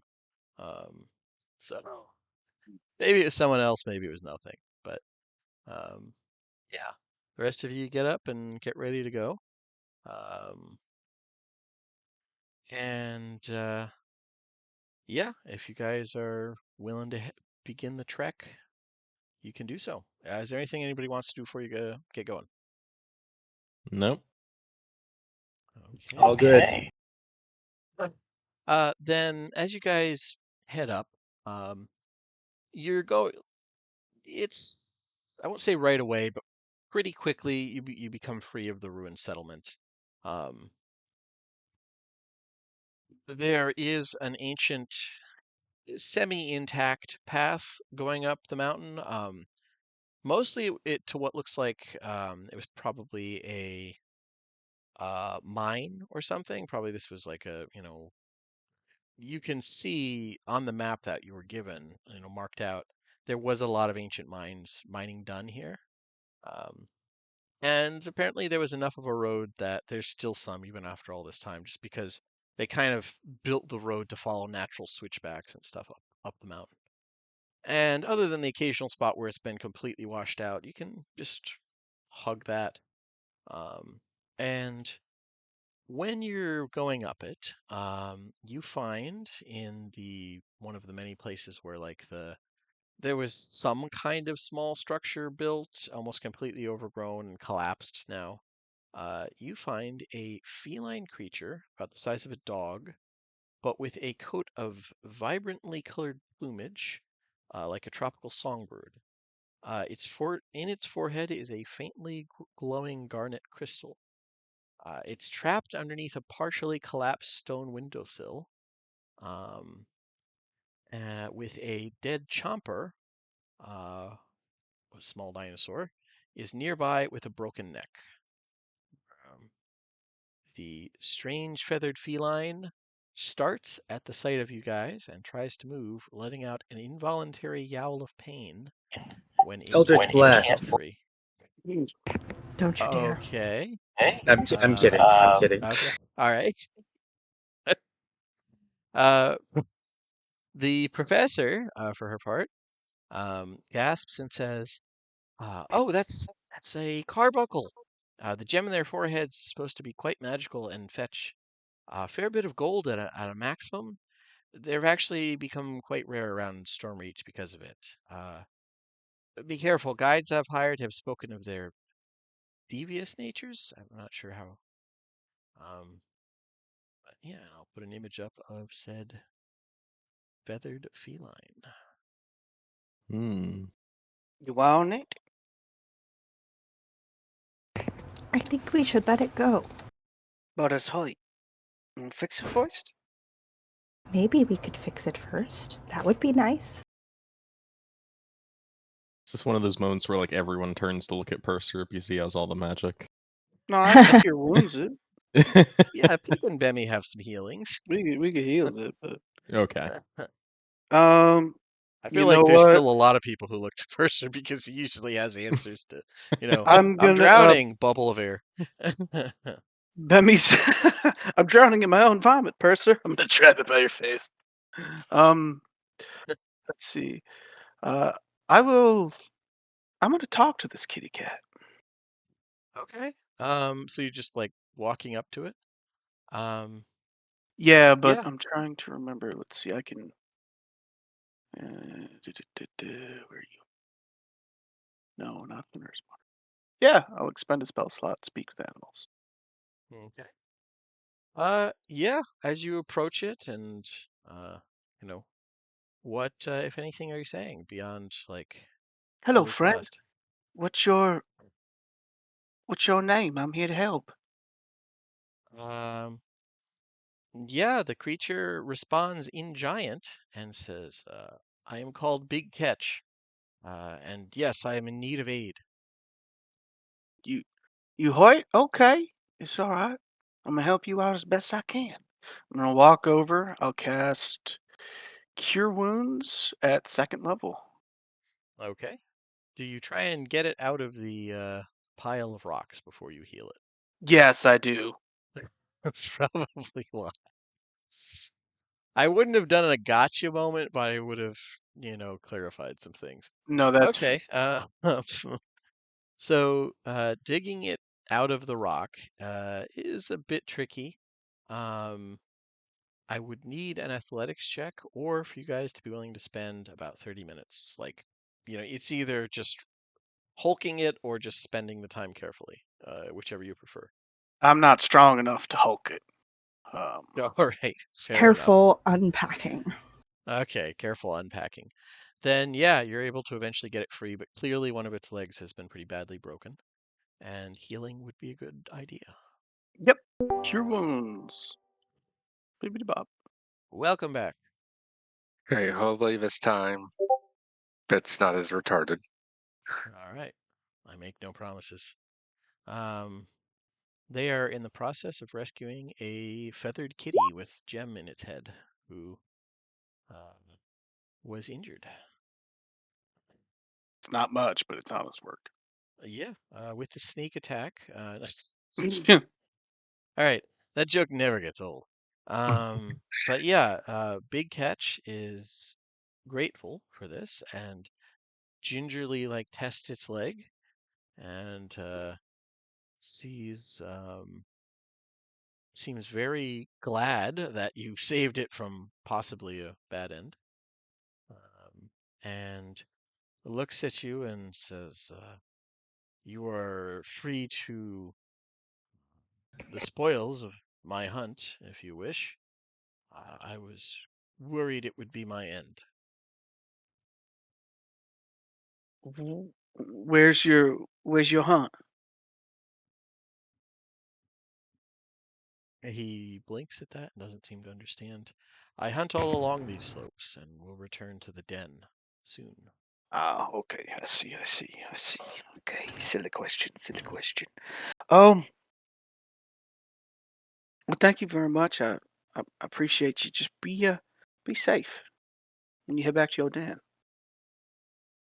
And you guys take the like half mauled, basically seagull-sized dinosaur that it caught as payment for the aid, or are you just like, "No, you're good"? No, it's okay. You can take it back. Yeah, it's a tough choice, but I think I'm fine to leave it. Yeah. Yeah, it nods gravely at you guys and picks up its kill and goes on about its day.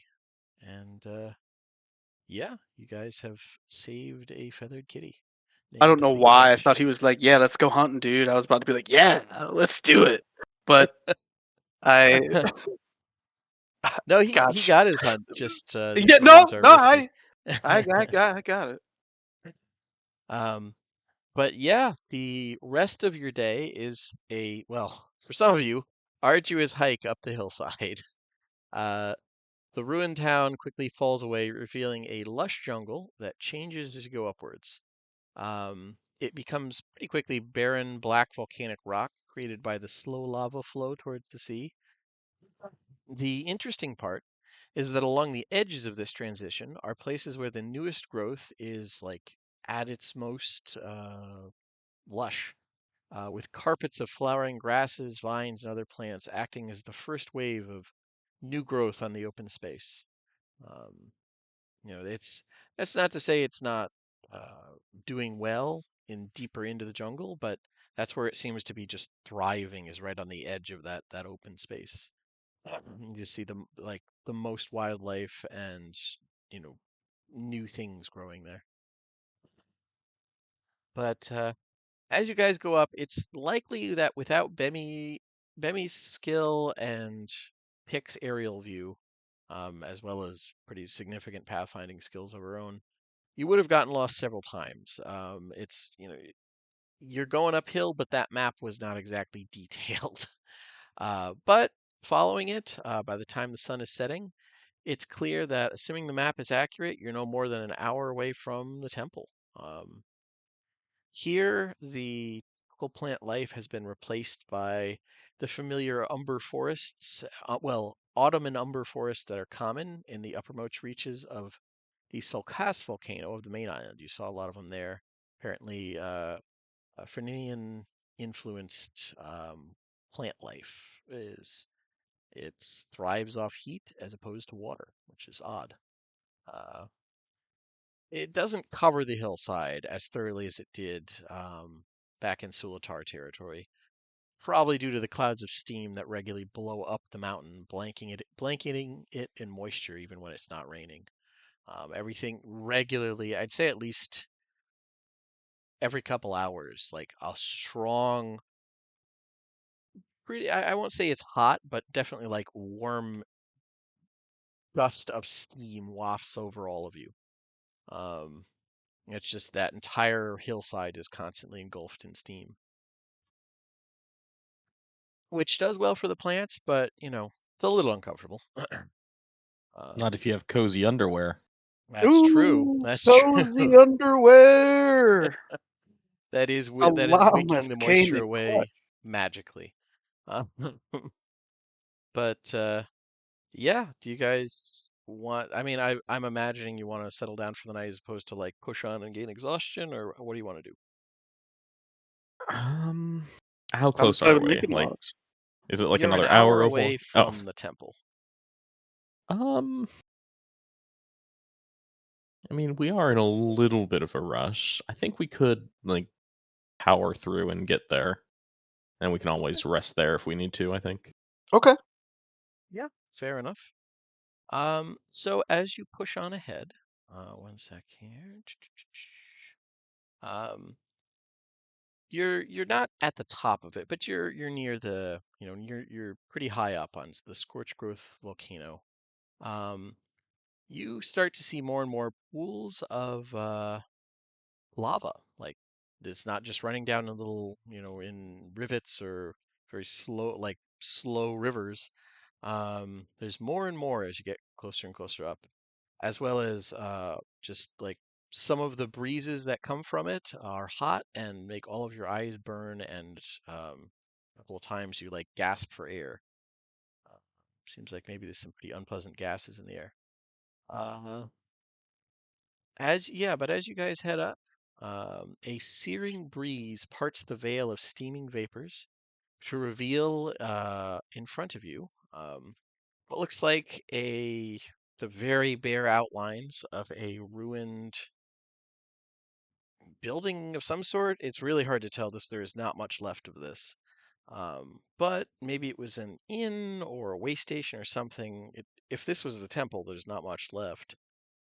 But looking out over the plain of slowly flowing lava, you suspect you see the temple out there.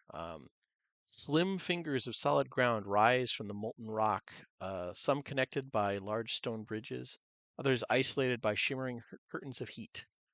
Uh, yeah, Following those bridges stands a pure white temple, intact despite the obvious signs of damage from the tens of thousands of years that have passed. And one sec.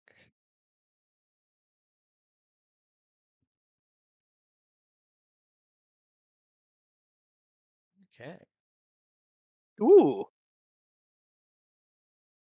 As I said, this map crashed like 9 times. So whatever's on here is on here at this point. But Shadow alignments. yeah, exactly. This is kind of killing immersion for me at this point. But yeah, this is what you guys are looking at. Just a quick rundown. These bridges are, for the most part, about 20 feet above the pools of lava, which is flowing very slowly as lava does. You see over here, it's about another 30 feet up where this lava uh, lava fall is. There were probably stairs leading further up, but at the moment you don't see them really. So it's Are um, we supposed to see all the salamanders to our west? you see some strange burning things going around what looks like enormous, continuously blasting pillars of fire coming out of strange arcane devices, or at least, strange arcane devices built around it. You see some more heat flourishing plant life growing over here, and some sort of construction on the bridge, as well as something made of pure flame stalking around it. And it is like right now, it's like standing in an oven. All of you who don't have some type of climate controlled thing need to give me a con saving throw. All of you who don't have that or have some natural fire resistance. So I think not many of you, but it is, Blowing aggressive bubbles. yeah, you were just roasting. I just want to add, when I got the special underwear, you said it just gives advantage on saving throws against extreme heat. Ah, okay. Well, thank you for reminding me that. I have no idea what I said for that, but that makes sense. So do Yeah, one with because it's not advantage. actually magical. It's just Well, it's magical magical, but plants. it's a very minor passive magic. Yeah, Yeah, it's not like it's Um, enchanted to have an effect. exactly. Yeah, it's a natural yeah. effect. For me, I have the climate controlled underwear and socks as well. I'm not sure if that's enough. That is enough. Yeah, with advantage. Spent the money, good enough.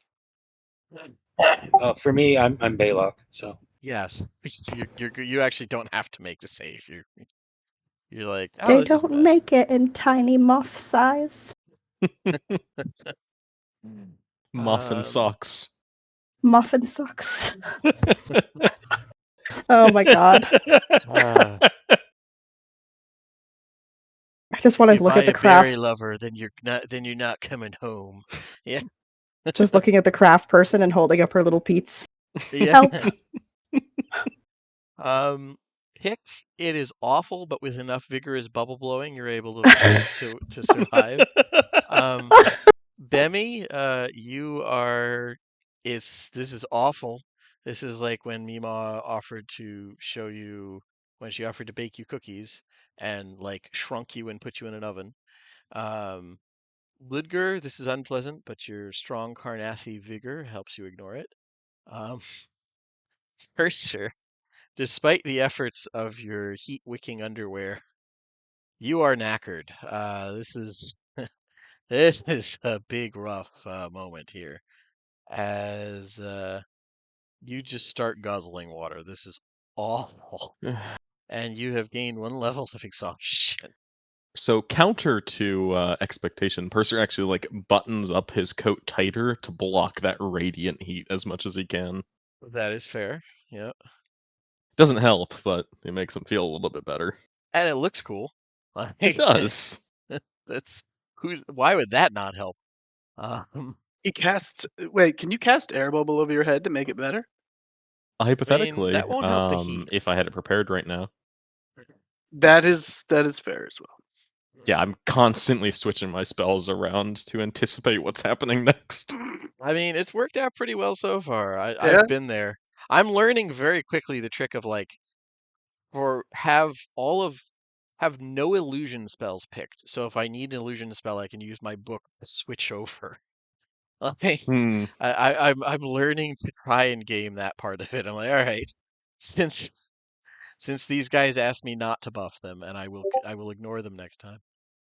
But yeah, you guys are looking over this just sea of heat. There's the steam doesn't reach this far, but there are a lot of like vapors and heat wave in the air. It's rough looking out over this. What would you guys would you it's starting to get dark. Luckily, there's a lot of ambient light from the lava. What would you like to do? Purser has one level But of exhaustion. Ludger finds it funny that the guy who literally is a fire worshiper or metaphysical fire worshiper is the one getting his ass kicked by this. I mean, Listen, it's silver flame. They said nothing about lava flame. yeah, it's cool and welcoming, not this. This has all the fury of like this feels just like the most destructive and well, there's probably some good elements of this as well, but it's just you just feel like you're looking into the core of fire or something. This is just rough Oh, so being it's here. super powered Fernian fire. Yep. Yeah. Hey, here, I'm just gonna DM spoil you a bit. If you submerge yourself in the lava, there's a 20% chance you'll be transported there. Like that. No need for spells. Well, Uh, actually, I should ask because this just came up recently in the Wednesday game because they're in the yeah. cogs. Yep. How do you rule lava? Like if we It's fall into it or whatever. it's bad. It's pretty solid. It's not liquid. Hmm. So you're not gonna start sinking unless you decide to just like make lava angels or something. But it's bad. Like it'll hurt a lot actually. I do have damage for it. I wouldn't recommend it. Yeah, I just wanted to make Um, sure. yeah, I get you. And those bridges going over it, like that's gonna be hot there, assuming there's no magic involved. Like that'll be hot. There's probably poisonous gases. Like this will be a situation. But what would you guys like to do? Like I said, it's the end of a long hiking day, and you found the temple. It's over here. It's welcoming. You just have to get there. It's not even that far. It's like, you know, less than five. It's almost 500 feet. Yeah, What could happen? 500 feet. We're almost there. We Yeah. can do this. You sure? Because, I mean, we could What are the take odds that. anything would get in your way too on this? It's like a 0% chance, I think. As Oh, we it's literally see fucking salamanders like 100 feet away. Our objective is in sight. I'm not going to leave those people to suffer longer than they have to. Okay, that is an option. Yeah. So you guys can set up your marching order and go on ahead. fine. But if we do this, you're staying in the back. No. Yeah. We're pushing forward because of me. I will be the shield. Look, if you talk any more dumb, you're going to get hit.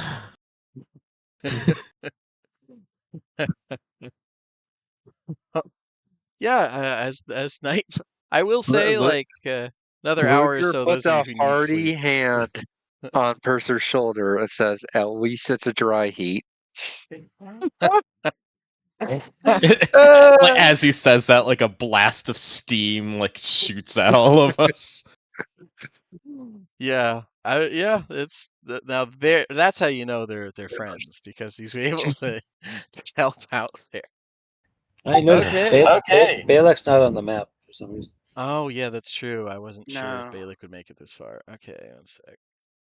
All right. Honestly, I just didn't put Balak on the map because I didn't know it was coming. All right. So we have going up. First thing here, these things are enormous fire bronze pillars. Two 40-foot tall round pillars of beautifully worked fire bronze stand on either side of a decaying stone staircase leading out over this vast pool of lava. On the face of each pillar is an inscription in giant. The pillar to the left reads, gate to Fernia. I don't know why I can't say it now. While the right pillar reads Temple of Almanatari's Gift.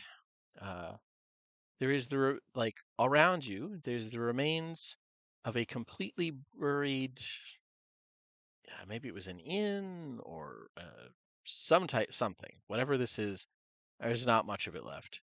Oh, and are you bringing the archaeologist with you? She's I getting was going to ask increasingly if she weary. was here. Yeah. I think she would like to see this, but she's probably going to suffer. Yeah, if she's insistent on coming, I'm not going to stop her, but I'm also not going to like drag her along with us into this hellscape. Suffer for science, bitch. You know what? She'll do the first check. We'll see if she can not be roasted. And That's based on fair. that, she'll make a decision. Hey, I that can could be respect the rally point if you want. You could set your tower up there. Then she's all nice and comfy, and we can all come back to something air conditioned. She very much failed that Ooh, and is looking like she's having an awful that's not a bad idea, Bemmy. time. Yeah, I'll take a few minutes and cast a Galder's Tower here, Mm, and okay. uh, we'll get a bathtub with like some nice cool water, and It is a seed there, yeah. mm-hmm. Uh, And so yeah, I will say the tower going up. There seems to be some movement over here, but yeah. Um,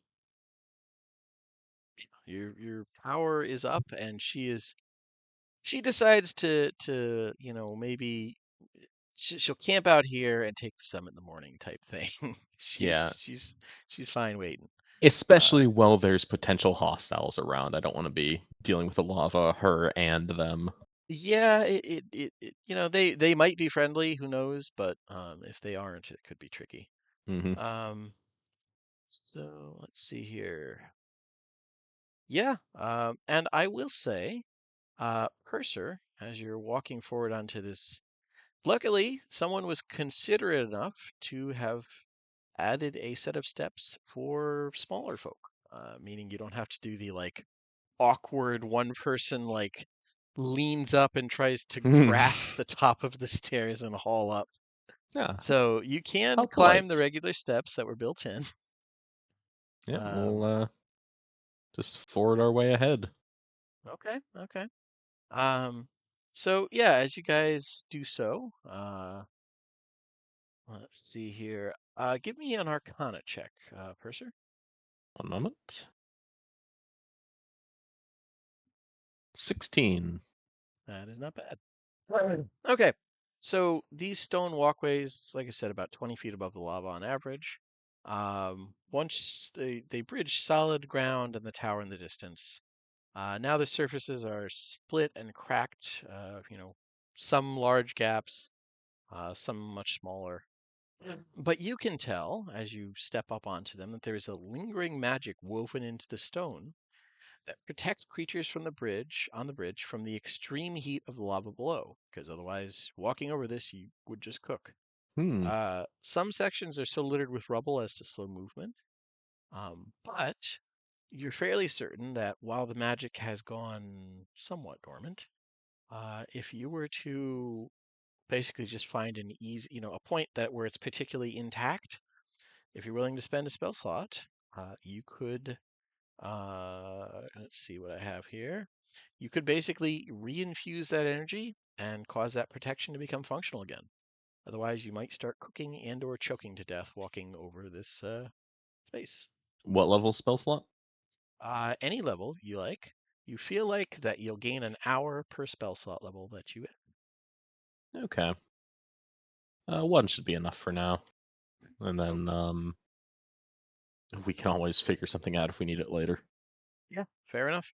Yeah, with that, they're like all of you see for a brief moment what looks like veins of like golden light flowing through the otherwise somewhat worn marble walkways, and the heat, which was like starting to burn through your boots just standing here, immediately drops to a comfortable level.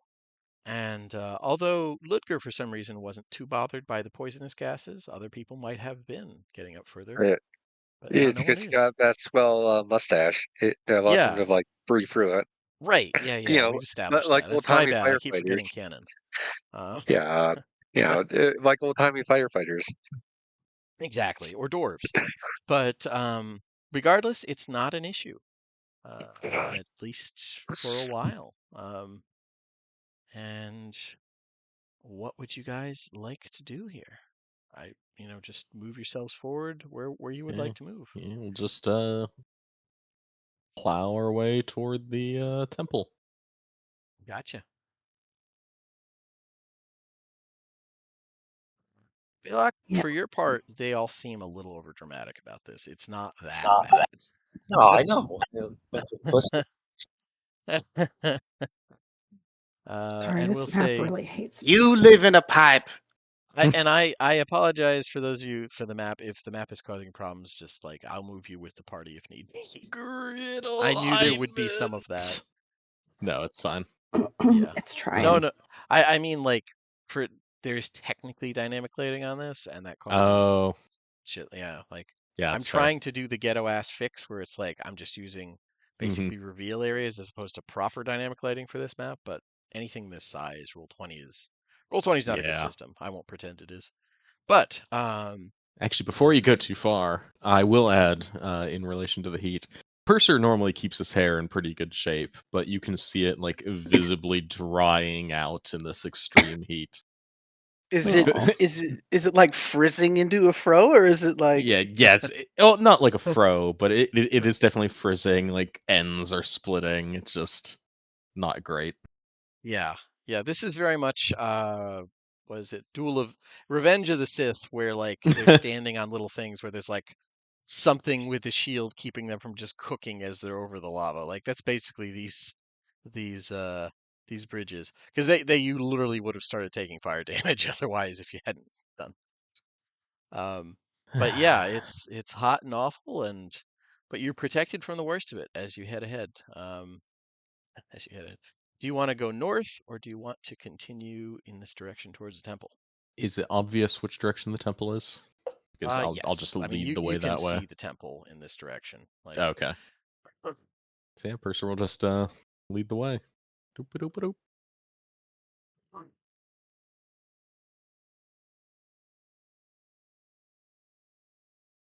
well, you got a way to make a How bridge, does this Mr. Fancy section? Pants? How does the semi-collapse section look? Like, is it going to like fall if we like step on it? that is a good question, and I will read that. So, uh, the stone walkways in that area are so weak that they look like they might collapse under, any real amount of weight. You're not sure what that constitutes, but you might need to make a deck save to just kind of cling to the edge where it's the most stable.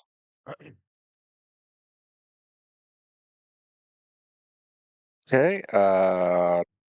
I would recommend we use some rope and like tie kind of a like a safety line just in case.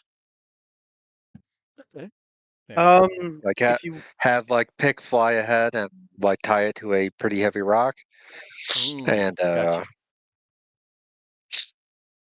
Okay. Yeah. Pick's willing. Yeah, and pick as you fly ahead, just because 3D environments, it's relevant. As you flutter ahead, the like dome of protection that the bridge puts out goes up about 30 feet because it needed to be as high as a tall giant might be. So if you fly higher than that, you're out of the sphere of protection or the dome of protection. But as long as you're within 30 feet of the bridge, you're good. Stay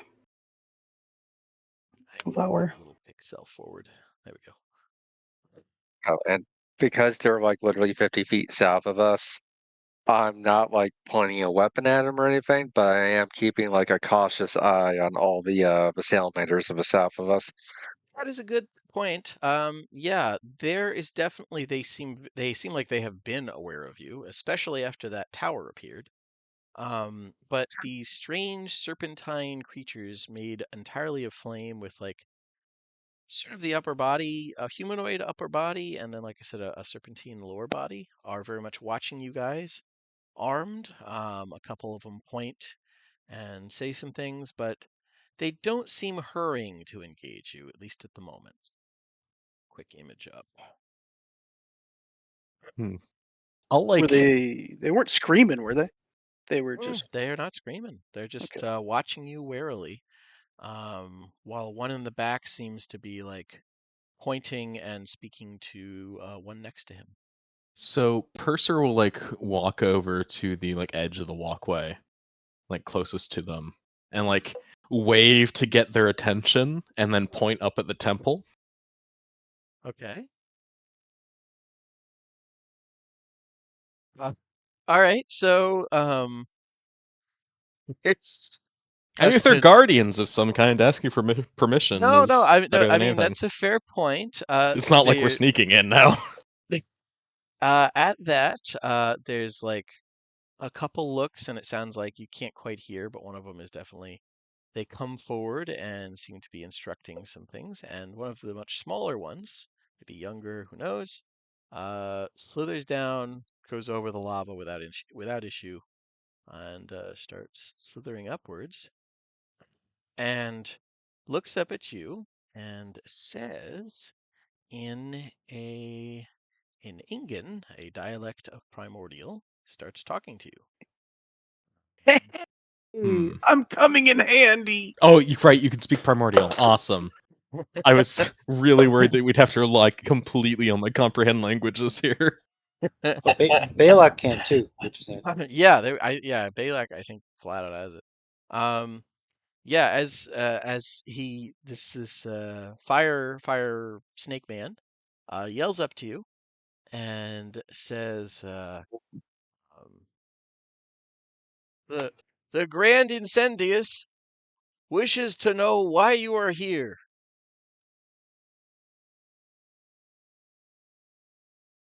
We're gonna go check out that temple.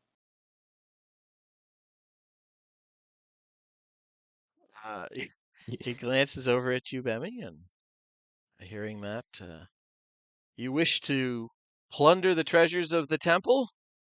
No. Now, and Purser says this in common, of course, we could be completely forthright with what we seek. They may give it to us. Okay. So what do we need inside this temple, Poison? We need the Isn't physical a contract signifier of the ancient contract betwixt the giants of this region and I don't remember the I think it was a Dow's name. It was, yep. Yeah, I don't remember its name, but them. Lady Nagua, I believe. No, I have to look it That. up one sec. And something about the descendants of the former slaves of the giants require her assistance to fulfill her oath. As best as Bemmy can to his ability, he is translating. Yes, there are going to be some mix-ups. Like, just as he speaks, he'd be like, "Lady Commercia's okay." Just word for word as best he can. But Oh, here we go. Lady Naja Ash. So in an odd turn of events, for once, Bemmy is not the only one who can translate here. Balak, you're listening to all of this. You're listening to like a discount fan made dub being sent across here. Uh, what are you gonna add, if anything? Are you just listening? No, he's listening, but he's whispering into Bemmy's ear like corrections, as he goes. Oh, okay, all right. Does that help or make it worse, Bemmy? no, 'Cause- that's fucking hilarious. Here's That's something I want to know. Does Bemmy still speak in that same like Cajun accent, no matter what language he's speaking, even is when up he's to making Bemmy. like fire Yeah, sounds. I would say. Fire noises. Just it'd be like, oh, quick, quack, whook, whook, whoosh, whoosh. Crickle, crackle goes the log. Wish, wish. He says we're trespassing and that we need to pay homage to his master. Crackle, crackle. Can't tell. He's got a terrible northern accent. Yeah. Some people don't know how to speak it proper. Well, so, so he gets probably in that case, if Bemmy is getting like the diplomat's assistant, where there's like another translator like helping, the more of it than usual is communicated to this fellow, and he seems to consider what you're asking for permission, or I apologize, I got lost in the accent. It's not him, the DM did. I mean, permission would certainly be nice to have, but we are going in and we are taking that one thing and leaving the rest untouched. Okay, that's you're saying here's why we're here, here's what we're doing. Okay, all Yeah. right. Then in that case, he will look uncertain at that and very surprised and like half blurt out to you, Bemmy, you mean to face the Guardian? Well, yes. Wait here. And he's going to slither back over and report and get some hopefully less confusing instructions and come back. Very much playing telephone tag. And and he says, uh, Lord Incendius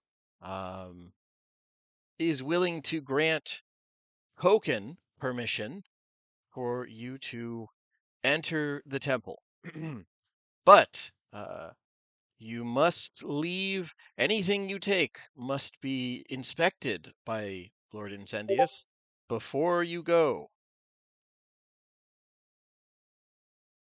Fair. It's an acceptable term. Yeah, and he goes back over, and they all go over to the edge and start watching the temple in a very like spectatorist fashion. Like getting out the popcorn. If they had corn to pop, they would do so. Yeah. Don't But even they need are to not pop dead. it first. They Bird just popcorn, throw it though. at their mouth and it. Yeah, it's just instant. Yeah, it pops and then burns. That's funny. This whole place just smells like burnt popcorn. I'm not that mean. It smells like sulfur and poison gas. Yeah. Yeah, popcorn. I mean, maze is a thing. But yeah, so it seems like they're not going to stop you from going into their temple, which they totally have ownership of. And yeah, it's. Do you want to? You're in the process of doing some rope tying to try and get across this stretch, which seems very unstable. Yeah. Okay.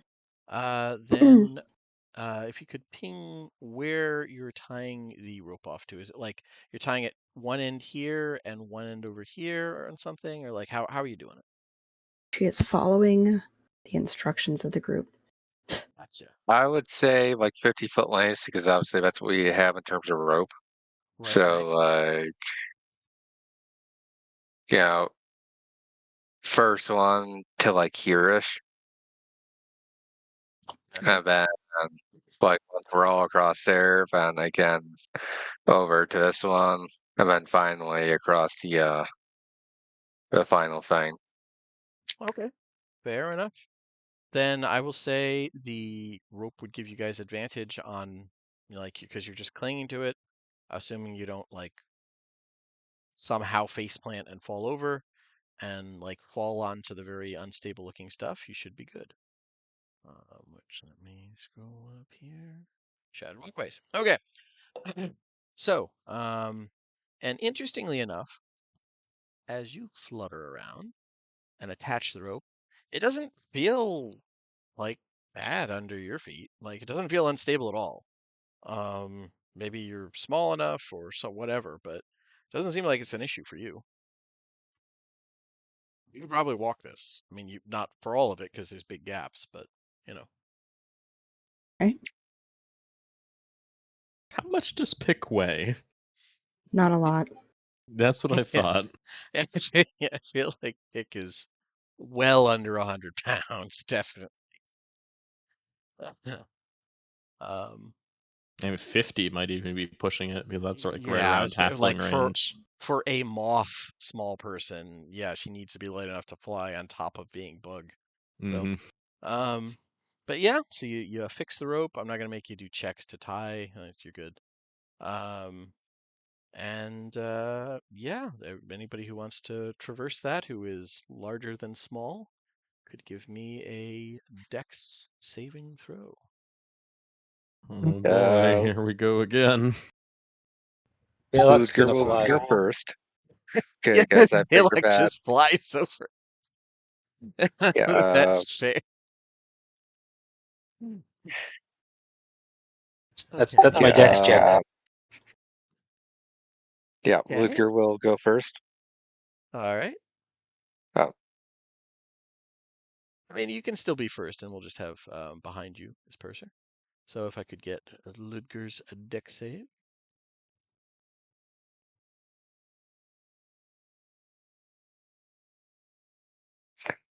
I'm using my inspiration. Probably wise. Um, you're able to get to the other end of the rope without incident. And I think it was like here or something. You just move yourself up 50 feet. And Purser,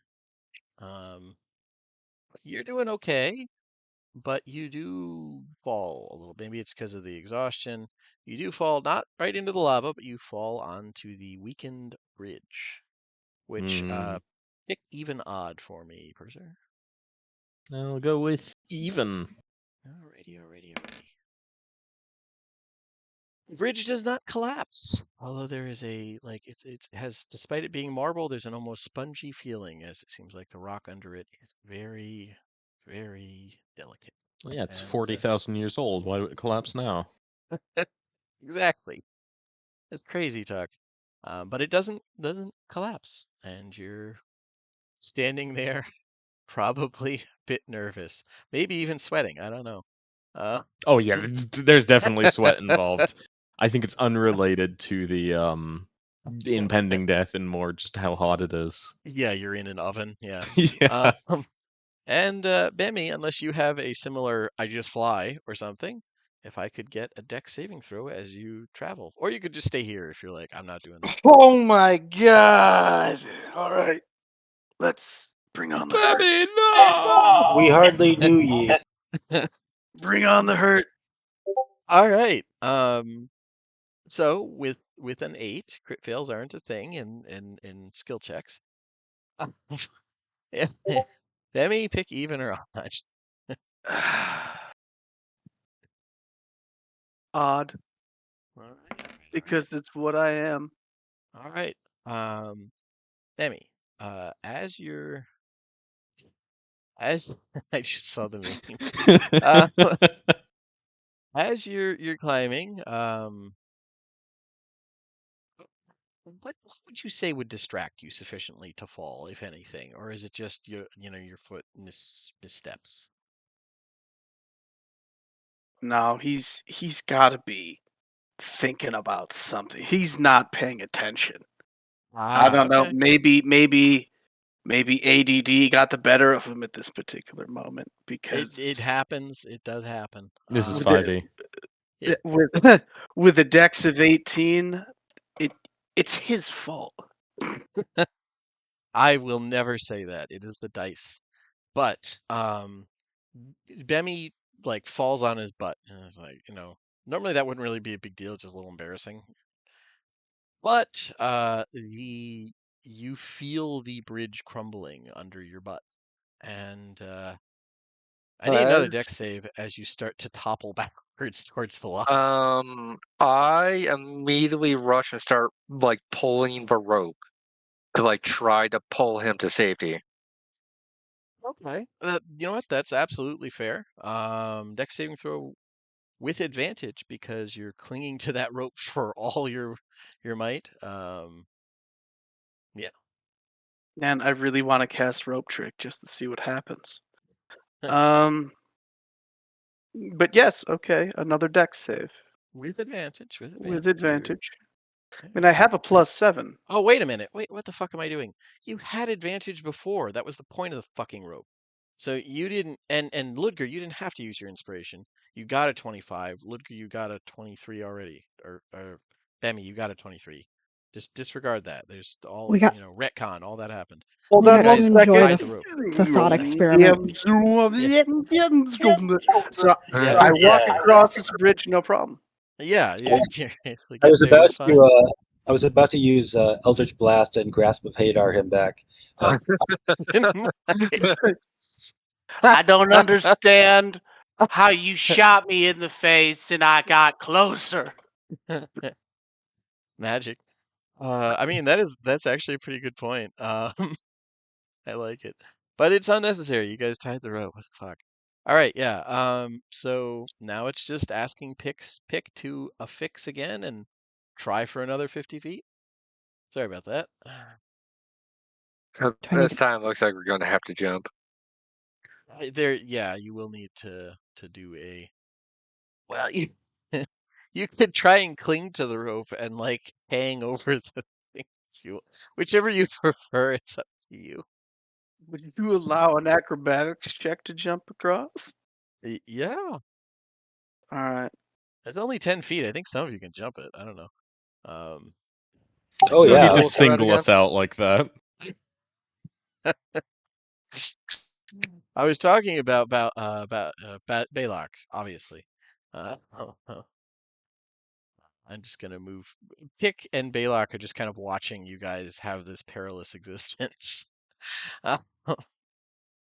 But Why are they like this? must be What's the so hard. rules for long jump again? If you have a Let me- running start, you can jump a number of feet equal to your strength score. There you go. And it's only a 10 Uh, foot jump, so Okay. I have a strength of 12, so I can clear it, no problem.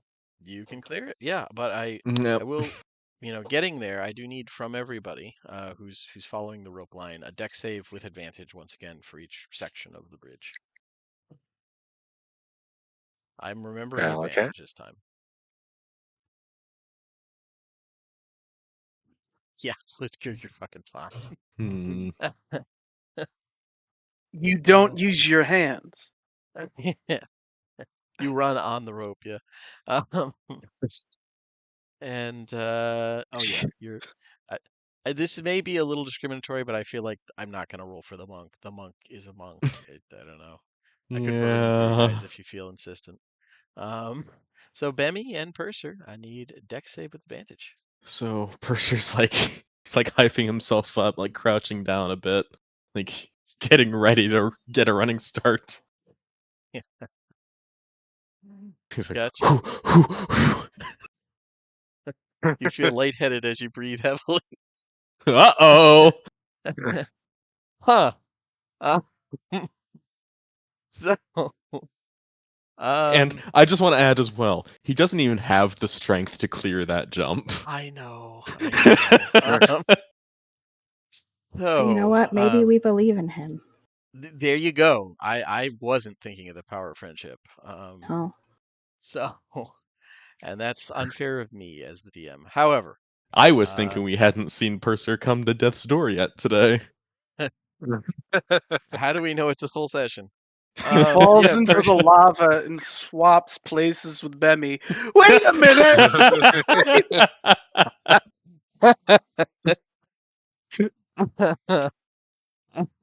He's been saving it all this time. I feel like he'd try and have it be Ludger.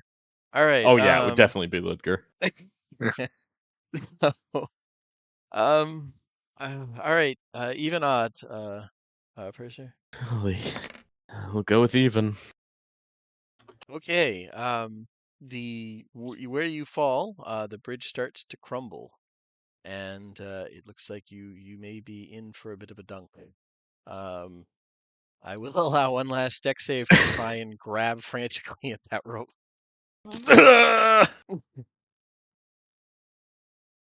All right, there you go. So, and you know what? I'm gonna give this right to you. You actually managed to kind of fall forward and you slide a little bit, and there's only 5 feet to clear as you're like dangling over the gap in the bridge. The magical effect is still there, but Purser is now clinging to the rope with both his hands over Ludger this. starts pulling to like haul him into safety.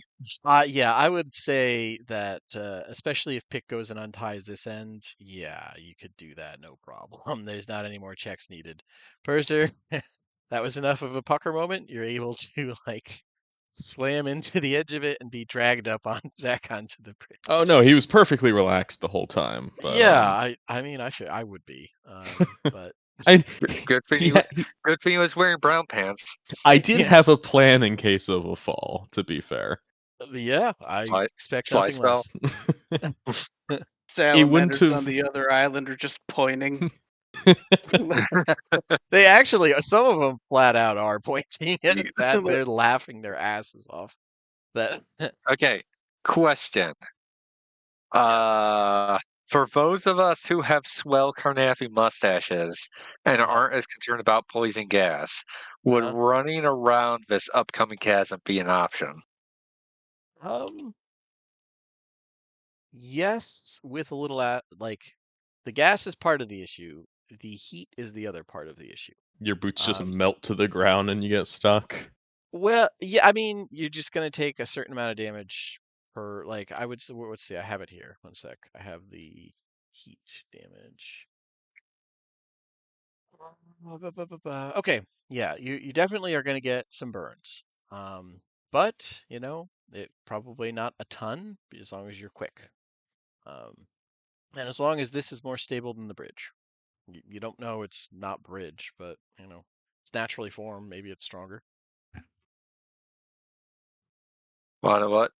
You only live once. That's the spirit. Okay. 30,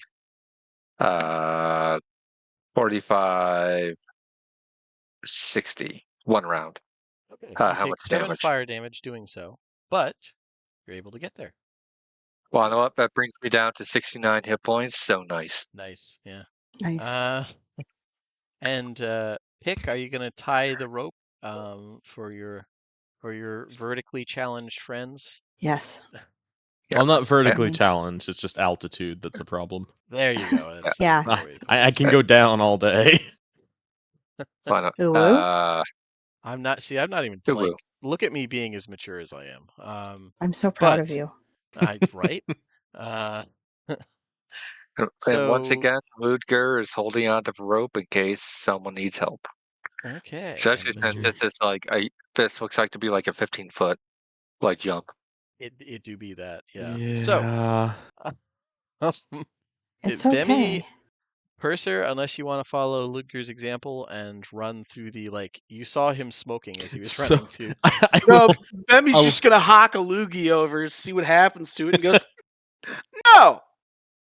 so I will like look over the edge, like down the hole, and then like the melting footprints from where Ludger just ran, Mhm. and then back at the hole. And there's a very clear moment of like consideration,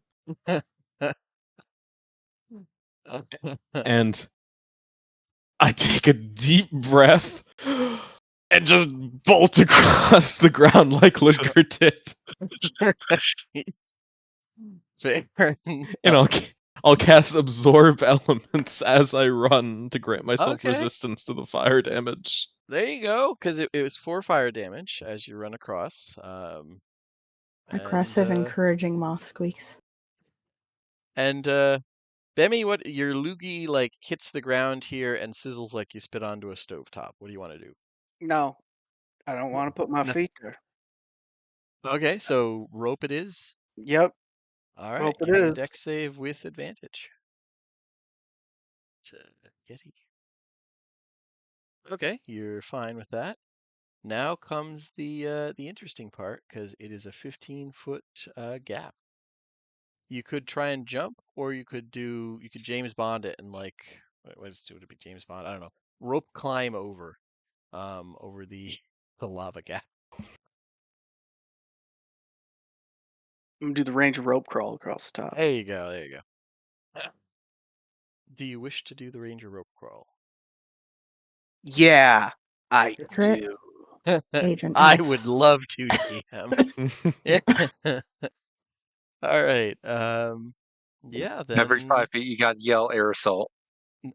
shut. Okay, I will fucking kick all of you from the game Hey, and end it. hey, All this right. has been a great time. Y'all have a good night. I gotta get out of here. Yeah, fuck Um, all of you. So, give me an acrobatics or athletics check to cling to the rope, and not like freeze up as you look down. Fuck you, Scott. All right. air Yeah, assault. the rope snaps. Everyone gets dragged into the fire. Yeah, How does that you're happen if fine. a rope snap, DM?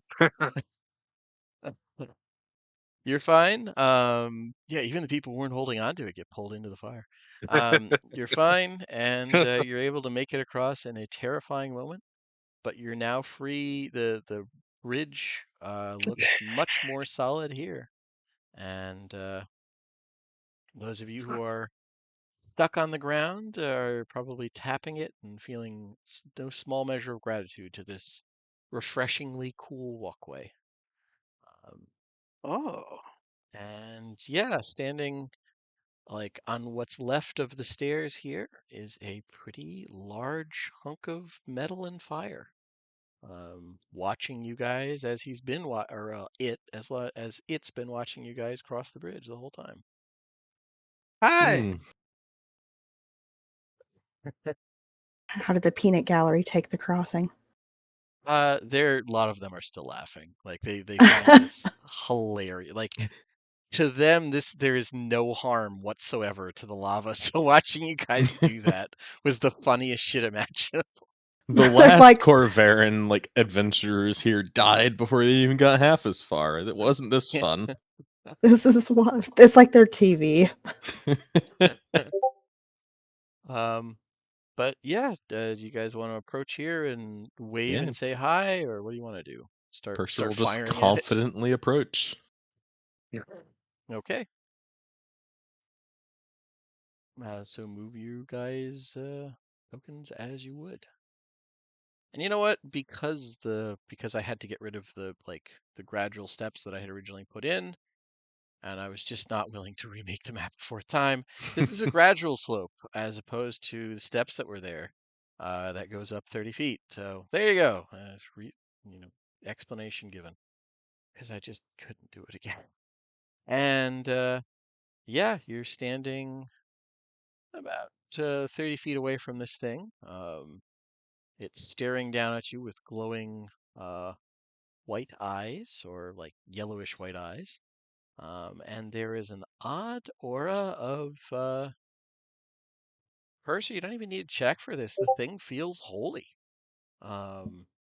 It doesn't Oh. feel just Yeah. like your standard construct. Powered by divine magic, then. It's just watching you come up. And yeah, what would Ooh. you? Yeah, This It is is very like nice the land. Corvarin tradition of like the sovereign host. But I would know I don't know, like the symbol that Onatarans make. yeah, Like yeah. What would the symbol be? I have no idea. I'm trying to think. Like, hammer is usually one of the big ones. Like smithing. I don't know. I mean, you could just go for the generic um Oh, use magic to make the what is it, the symbol that they have, like the we'll say it's like one fist to the chest and another fist hitting it like a hammer on an anvil. Bam. yeah Absolutely. Let's go with that. No one ever picks sovereigns anyways, even though it's kind of an interesting faith. So Oh, I yeah, love the sovereign host. it is interesting. It's I very mean, like it's technically, very Ludger. decentralized. Yeah, technically, Ludger believes in the sovereign Oh, host. right. Yeah. That's true. Ludger was very much not a follower of the blood of Vol, so that's fair. Um, okay.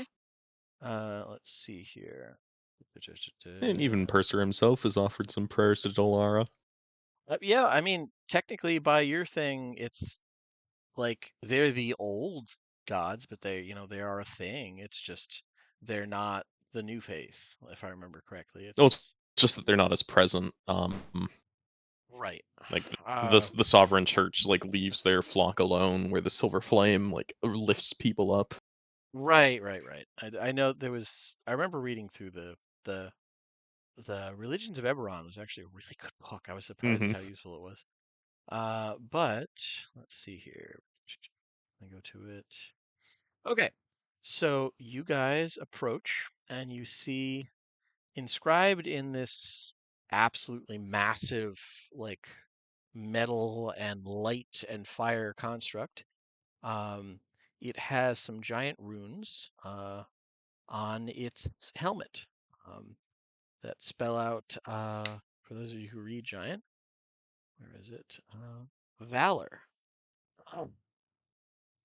And it like at your hello, Bemmy, it doesn't say anything, but it waves back like a small wave. Huh. That's honestly the most concerning part. Like there's none of the like it actually seemed to understand that as opposed to like have programmed reactions.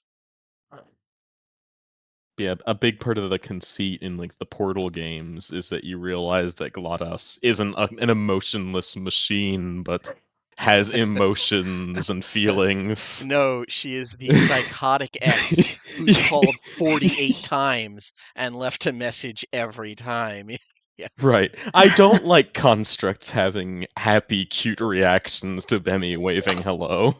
It wasn't as big an over the top wave as I feel Bemmy gave. I feel like all of Bemmy's are Forrest Gump waves, Yes, 100%. but this 100. one was a more reserved wave. Like maybe it was just mimicking that, but it did wave back. But yeah. And it's just watching you guys, waiting for something. So did it give any reaction when I did like the Onataran salute? Not visibly. Actually, you know what? At that, let's see. And Let me to be fair, like I said, that would be the Corvaran gesture, not Oh, necessarily the ones that the absolutely. Giants might have used. But I'm gonna see if it can figure out what you meant because it does have the score. See, I don't like that. I don't want it to be intelligent. Okay, it was able to figure out, like, it took a minute, but it was able to puzzle out that, like, forge, hammer, that matches. It's a weird gesture, but you're strange little people. Maybe that's relevant. So and then it steps to the side, like it hasn't completely unblocked the gates, but it has stepped aside a little bit so you can see the gates more clearly.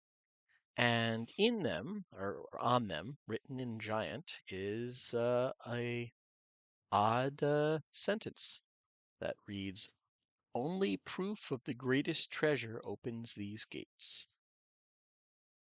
The greatest treasure. And let me Somebody that says in friendship. chat. I'm fucking leaving. Do it. Wrong god for that. It's clearly a shibboleth to followers of this combined Onataran traveler faith. It must mean something relevant to those gods. What would they treasure, perhaps?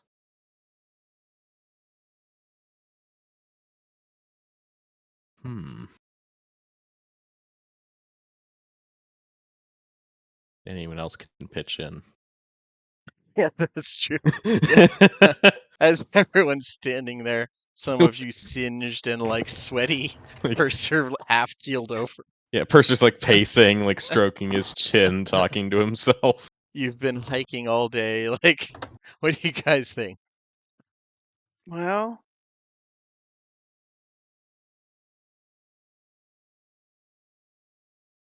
bellows. I'm trying to think of forge stuff. Fire of some kind. Feel free to type. You don't have to. Like I said, I'm just glad you showed up, and I hope you get better. Wait a minute. Supposed to show him your fire. Maybe can you forge with your fire, with your special fire? I cannot. I can only touch the flame, not shape it.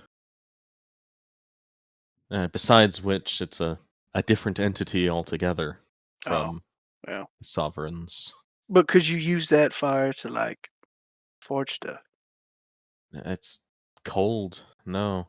Hmm. And I don't have the skill of making cold iron. I can make the holy water and some Is it other refreshing? what? Can you This drink it? guy's this guy's been staying guard for like 40,000 years over a volcano. He could probably use a drink. Yeah, I'd be No, I don't parched. think so. I do know how to make silver burn, though I don't have the materials necessary. But again, I don't think that's what it wants. The commonality between the two gods that Lady Rostrin mentioned was craft, artifice. Inspiration, yeah, that type of thing. Like it's Hmm. that's where the traveler element came in. It's like that change aspect. The Giants pantheon tended to mix the Dark Six with the sovereigns. It was much more limited. It was like their nature deity is the good and bad elements. They don't make any distinction. To be fair, a lot of the pantheons in Eberron do that. It's the Corvarin, like the one that descended from Sarlona. They Yep, don't yep, like yep. the mixing. What is it? The something Pyrean Creed? Yeah, Pyrean, I think. that Yeah, or Pyrenian, I think it might be. Pyrenean. But yeah, Yeah. that's exactly it. They like things being black and white, good and evil, because they're humans, and yeah. Anyway, So yeah, just it patiently waits as it likely has as Ludger slash Scott pointed out for a long time. You it could also has try to, and force your way through. That's like this is a game with combat applications. You could make the effort. it has to Um, be something that any visitor to the temple would be capable of doing, or else, like children, for example, wouldn't be able to enter. Well, and they did put in those little steps. Like it doesn't seem like this was exclusively for giants. It was probably the majority, but I mean like that assumes even if they were just servants that like other people were coming and going. Maybe it does just want to see fire.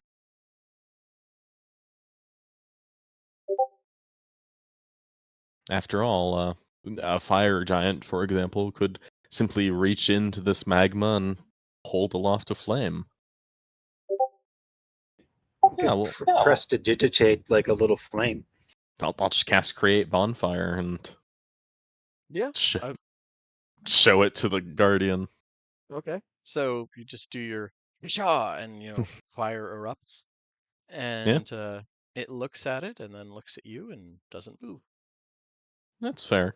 I'll The dispel the doors don't change flames. either. Yeah. I was about to say, like, considering the salamanders acted like it was a something of a hurdle, and they can basically literally shit fire. I had a feeling it wasn't going to be that, but I mean, they could have not tried. They could have just come up and demanded that it move and it just proceeded to do things. Like that could have also been an option. Maybe they Yeah, uh, didn't try waving.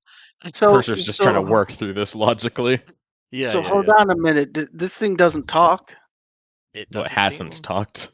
yeah, maybe it can and it's just not in the mood, or maybe Or it it's just too Um, quiet for us to hear from 20 feet away. yeah, okay. I'm just gonna, excuse me, sir. I'm speaking to Giant. mm-hmm. Um, excuse me, sir. What do we got to do to get in here? It turns and taps on the inscription again. So he don't talk. Okay.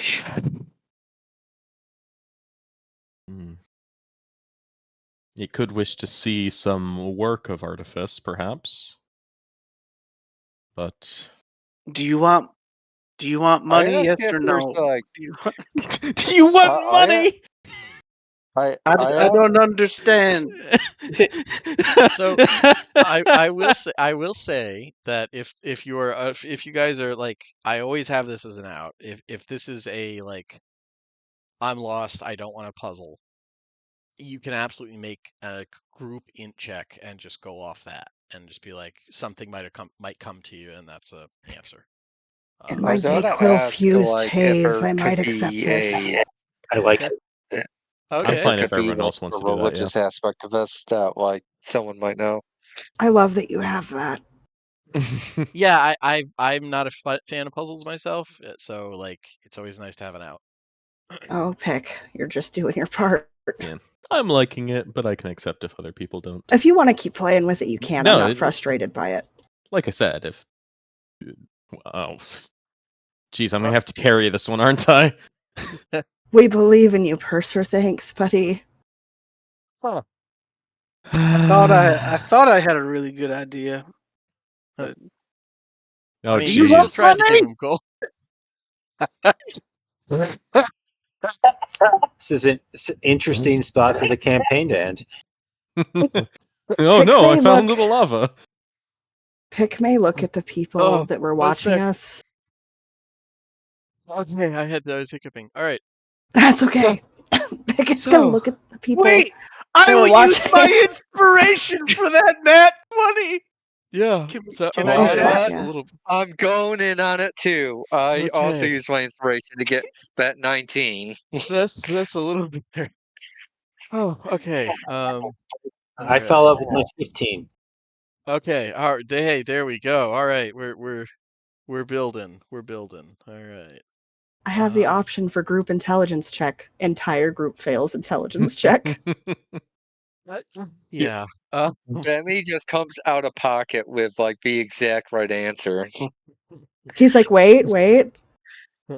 Oh What if yeah, it I was- think Meemaw said something one time. What if it was one guy with 6 guns, Purser? Why don't you let me do the thinking, genius? That's the stupidest scenario. All right. Okay, with that, you are exactly high enough on that it was a 15. You got to 15. You are thinking about this, and you know what? Sure, it's Bemmy. With that 20, I don't feel too bad in giving some credit. You try and Please give him don't let it be the coins. money. Yeah, you try and give him coins, or I keep saying him, Treasure. it. You try and give Treasure. it, and it just like once again, no reaction. And you're like, this is just like the games Meemaw used to play, where she would make you think stuff, and then she'd like, throw things at you when she'd throw like a rock at your foot every time you failed it or something, and it was just really unpleasant. But the last time Meemaw did this game, where she she dug a pit and threw you into it and said, "Dig out," it it took a while, but eventually you figured, what she meant by dig up. So it was you dig at an angle and then just go up and out, and you just had to make it. Of course, she didn't give you nothing, so you had to do it with your hands and sticks and stuff. But the key, it got way easier when you were able to find a big root and like use it to help you. You made it into something to help you dig. So it occurs to you, you just blurt out, "What if we got to show it something we make?" And it nods. Yeah. And Pick looks very excited, gets into her bag, and holds up a ton of little wrapped like rocks and sticks and stuff very enthusiastically. Finally, it's all paid off. Just dump them out onto the bridge. She know just what? holds You them know up in what? all of her hands, like, look at look That at what I have counts. made. That counts as a form of art. And with a deep crack, the door seems to come unsealed, and the creature or being, whatever it is, steps through. Pick The beams doors very open. proudly and then holds her rocks up to everyone else like Yeah. witness. Imagine Ludger was about to reach into his bag to pull out like his like calligraphy and shit, and like poetry, only to like, you know what? We're gonna let Pick have this one. She's so excited. She's just like, ee. Everything is led up to this one moment. Yeah. Everything's coming up, Pick. Yeah. So let's see here. Hide She's just reveal. fucking thrilled. Yeah, I mean, she should be. This is a great moment, and I am going to put you guys in an area where you Wait a can't see minute. anything, and then I'm going to reveal it. So give me a So by second. this logic, we could have shown it a baby. I'm not sure if that's a work of handicraft. It's Yeah. something you gotta make. Yeah, but unless like you're a construct and you had to make this baby, they might not buy it. Like I made it myself. Don't ask how. Well, we made Uh, it together. We yeah. All right. Reveal areas. There we go. Oh wait, that's why. Reveal areas. Okay. Let's see if my ghetto solution worked. It did. Hooray! Aha! My eyes. All right. There's a lot of them. There he is. One sec here. One sec. I gotta reveal stuff carefully. All right, because I'm hoping this answer doesn't cause people's computers to melt. I've had complaints before for the normal system. All right, you know what? We can just do this. There's no hidden stuff in this side now. All right, so you see an area here, and actually in it. One sec. Let me move. So that guy's already there. Oh yeah, okay. You see inside is another giant glowing ominous thing. Bammy And waves. it waves back. This one has a different inscription on its helmet. This one has vigilance inscribed on its helmet. The other one was Valor, right? Valor and vigilance, indeed. Hmm. But yeah, so you see a couple things here. You see the stairwell, first and foremost in the corner there, leading up. That looks like it leads up to a second floor. Each stair has been meticulously inscribed with giant runes. They're simple but clearly follow the theme of joy in creation. The entire stairwell smells faintly of incense. Let's see here. And more importantly, the big room that you're in, the big open room with all these things in it, seems to be something between a gallery and a shrine. Um, Actually, I should read you for a little bit about like the actual interior of the temple. It's more of the clean white ceramic-like composite. It's decorated with ivory wall murals uh, of that depict uh, the god Amuntare as a fire giant man. Beautiful statues of incredible detail worked into things. Um, Besides Amuntare, there are major recurring themes among the artwork here. Everything from there are no major recurring themes.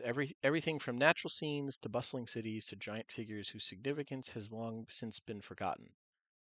There are torches burning with pale red continual flame mounted throughout, and most of them are active. There's one or two that seem burnt out, but they're still going. Either they're really well made or somebody's maintaining them. The ceiling is about 40 foot high on the first floor. Now, in the actual gallery here, this chamber looks like it was built as both a shrine and a gallery. You see displayed is a ton of pretty impressive artwork that it was either collected or made here. You're not sure contextually. Um, you're not sure if the like those strange golem things are servants. Um, if you remember correctly, the drow who sent you here called them archonic. Archonic create. They're a type of artifice. Among the many treasures, the most obvious one here, the biggest at least, um, is a enormous golden urn about 8 feet tall, crafted to resemble two phoenixes, their wings intertwined. If you were to guess, it probably weighs around 4,000 pounds.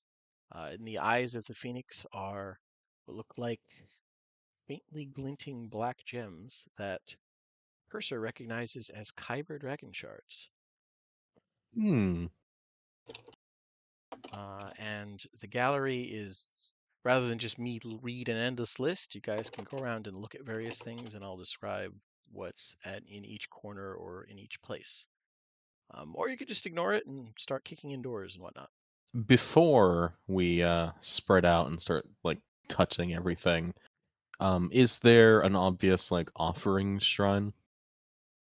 There doesn't seem to be an obvious one, but you do see, looking around for it, you do see it's not dusty, nothing in here is dusty, but a very empty, small bowl over here, that, like, it doesn't look suitable for coinage necessarily. It's like a bowl with a little platform around it, so presumably people could just put things there. Mm-hmm. Maybe whatever it was that got him in. Art So of yeah, all kind. I'll head over to the bowl and I'll check to make sure it's in good condition, and I'll give it a little bit of a wipe down with a bit of holy water, just Mhm. to upkeep things a little bit. And I'll wave Pick over, say, place one of your stones in the bowl as an offering to the Forge God, Yeah. as She thanks looks for letting very us in. she looks very carefully at these and spends a bit of time deliberating which one is the absolute coolest and worthy of this offering. And then once she's Yeah. made her selection, she places it in the bowl. Yeah. Meanwhile, Ludger will also place one of his pieces of calligraphy in as well. Okay. Nice. And does anybody else have anything that they have crafted that they feel is art? If not, that is perfectly okay. Um, doesn't seem like they're gonna frisk you. Um, but yeah, what if anything would you like to do in this strange ancient gallery? So I do have a slight concern that the thing that we're here for is the giant 8 foot tall urn. Could be.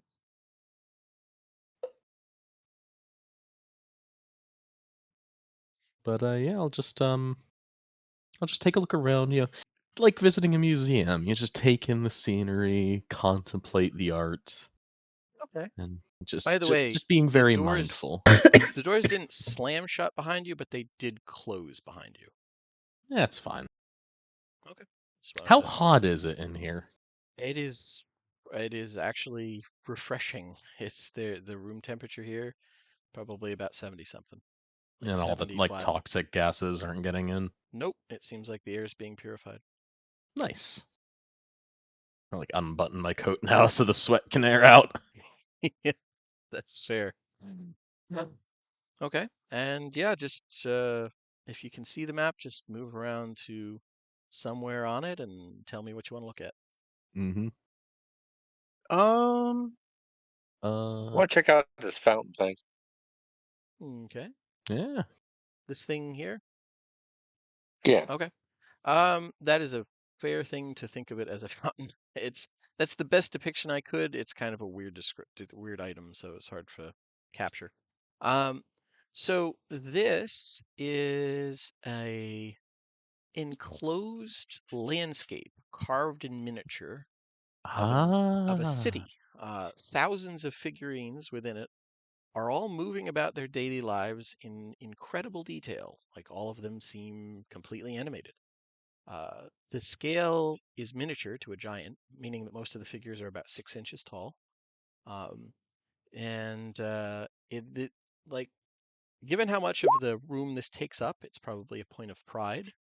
And as you guys watch, you see the piece, like there's what looks like a sun, like kind of tracing over the dome that's over this encapsulated city, moves a little bit, meaning that it looks like it's about setting at this point, which matches outside.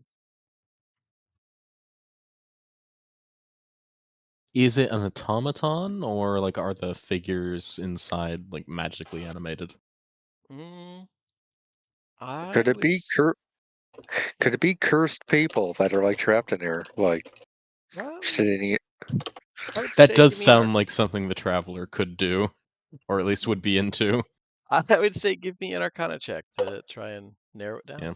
I'll even ritual cast Identify on anything that people want in here, Oh, okay. just to get There's some no more violent details. reaction from the from the guardians there. Right. Yeah, It might cannot check. surprise you, but I'm not trained in Arcana. I know. I was expecting more from Yeah. Purser on this. Purser, your take on this is like really carefully inspecting them. You and Ludger kind of leaning down over the glass or crystal or whatever it is. You're able to see that while they are astonishingly well made, you can see little indicators that these are basically little constructs. They're like dolls.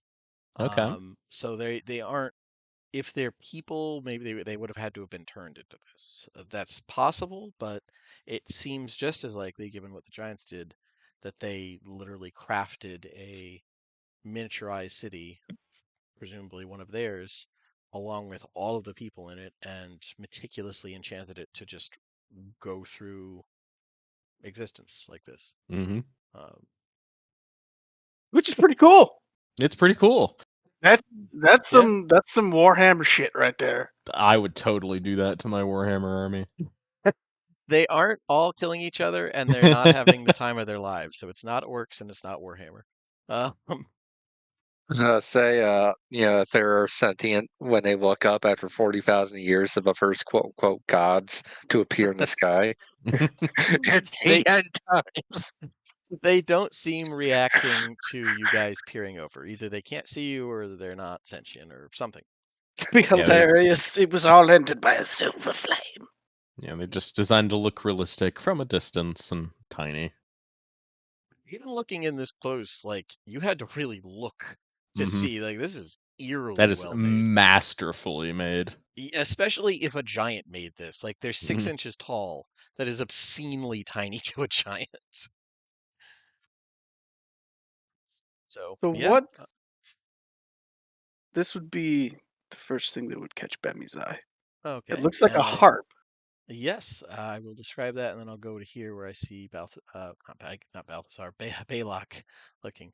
Um, okay, so the harp is a giant-sized steel harp inlaid with gold and star sapphires. Its strings are made from what looks like fine platinum thread, and like every time you look at it, they seem to waver slightly, almost like a heat haze. I'm not gonna do it. Start Even strumming. even though I really, really want to. We are genuinely proud of you, Danny. Um, Balak, looking harder at this golden urn, Yes. you see that it is like there's not a whole lot more than the basic description, but you can see that the lid is very much closed, and you can feel like walking up to it. It's not visible to mundane senses, but anyone capable of any magic walking up to this, it would be the equivalent of your eyes watering or like getting goosebumps. All of you would get goosebumps getting near it. This thing is wildly magical. Like there is just an aura pouring off this that is it like you forget to breathe for a moment walking up to it. Um, Is there any indication of like what or who is inside? um Not that you can tell. Like I said, there's a lot of phoenix imagery, inscribed into the gold, but uh, you're not sure. Fascinating.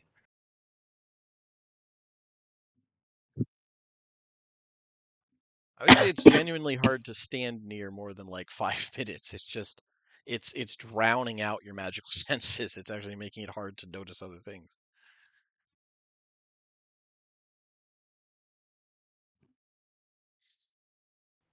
Worth a shot.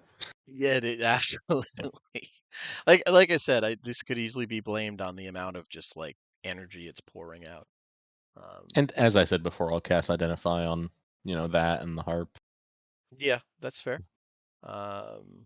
And Pick, are you inspecting the giant like guardian? Is that what you went to inspect? Yeah, she's just enjoying that they are very nice lamp. Okay. Because she said their Uh, eyes glow like white, and she's yeah, just their watching eyes, it like, the this center of their is chest. Yeah, quite pretty. they're very glowy. And it cocks its head at you, fluttering up around its face and chest, and like very gingerly holds out an arm and like sort of just very carefully like basically holds its palm out for you to land on, and then like gently puts you down a little further away from it. She's like, ooh, neat, lands in the palm, gets set down, looks up like, why you do? Well, duh.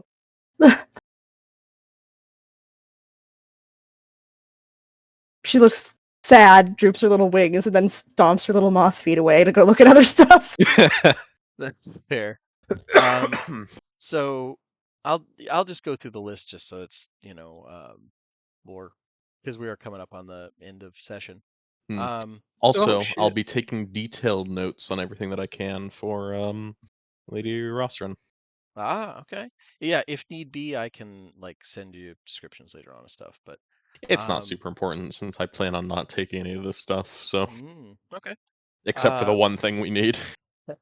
So over here, against the wall, there are what look like giant-sized spell scrolls. All of them half open, so you can look like at the actual work done inside.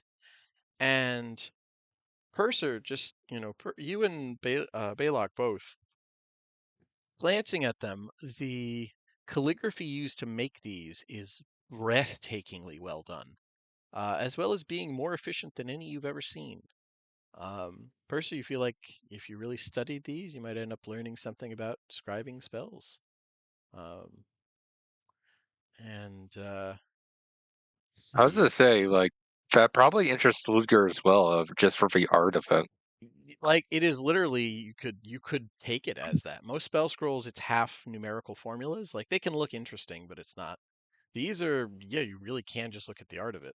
Um, Going from the top down, there is something up here, which I will scroll up. Okay.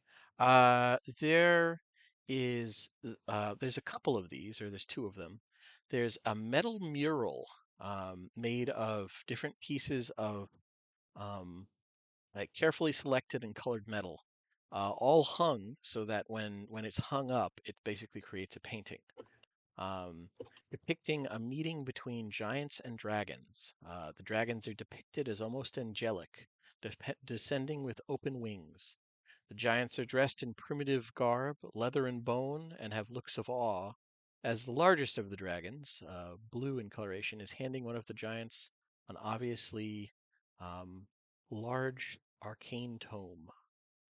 The whole painting has very much like George Washington crossing the river type look. It's very stylized and very romantic. In not like romantic vibe, but like romantic era thing. Um, but yeah, it's a little jarring for those of you who know the history about what happened. Yeah. Um, the This point here is a giant necklace strung with 13 pearls the size of human fists, each one carved to resemble one of the moons. The necklace is unique that, like, even as you're looking at it, there's almost no connecting threads. The pearls are held in place with a bit of mithril and clear magic. It has a faint glow, making it look like the threads holding it together are supposed to represent the Ring of Sibiris. All of these, by the way, are are artwork pieces that you would estimate well over 2,000 gold minimum, like just for what they're made of. Yeah, their actual values beyond priceless. Like these are Yeah, incredible masterworks, and they're all very well preserved. and we're Here, not taking any of them. I'm here like is I looking mean, at Bevy already as as I it say is, that. I'm worried. I'm worried we're gonna have to fight the Guardians just to get the one thing we need. We just We'll have to cross that ask for the bridge when we get contract, there. I'm assuming. Let's hope. there is a belt of guardian wings. This silver belt rests on a platform with the symbol of the Torch of Progress under it. Any light that touches it is reflected in a faint rainbow shimmer, making it almost hypnotic to look at.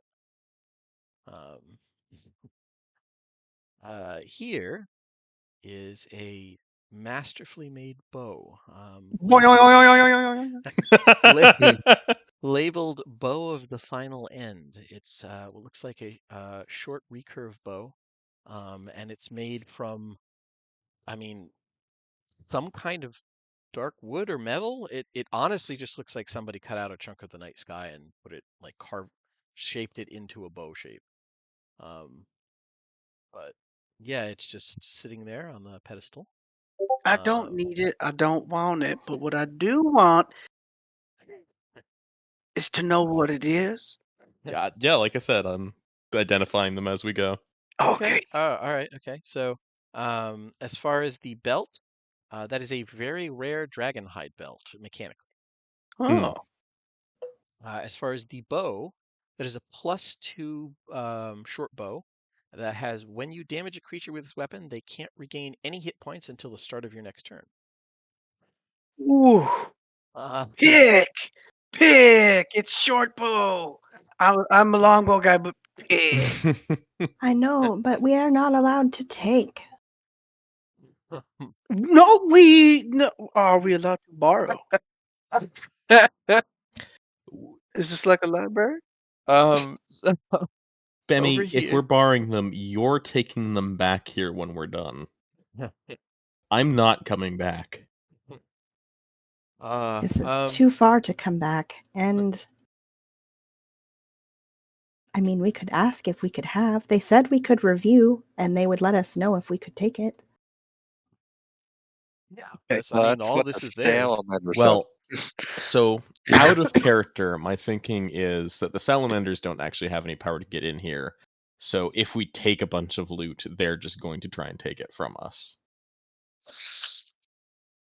Assuming, like, after we fight the fucking, we almost certainly have to fight the fucking Guardians, even if Yes. we just take this single thing that we need. Which, like, So let's Ludger legitimately has somewhat mixed feelings of, like, he's not going to fight the party on it, but he almost wants to basically go, like, literally, like, we came all this way, but it belongs in a museum, and, like, not take shit. Well, not only that, but this is also a temple. A very powerful one, no less. And Purser does not want to desecrate a temple. Yeah. Even if it's not to especially his religion since specifically.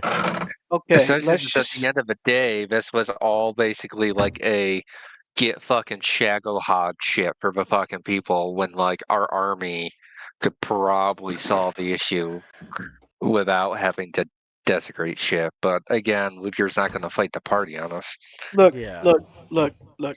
If we get the thing that we came here to get, and if we have to get it, and in order to get it, we have to kill these guys, can we take the rest of the stuff?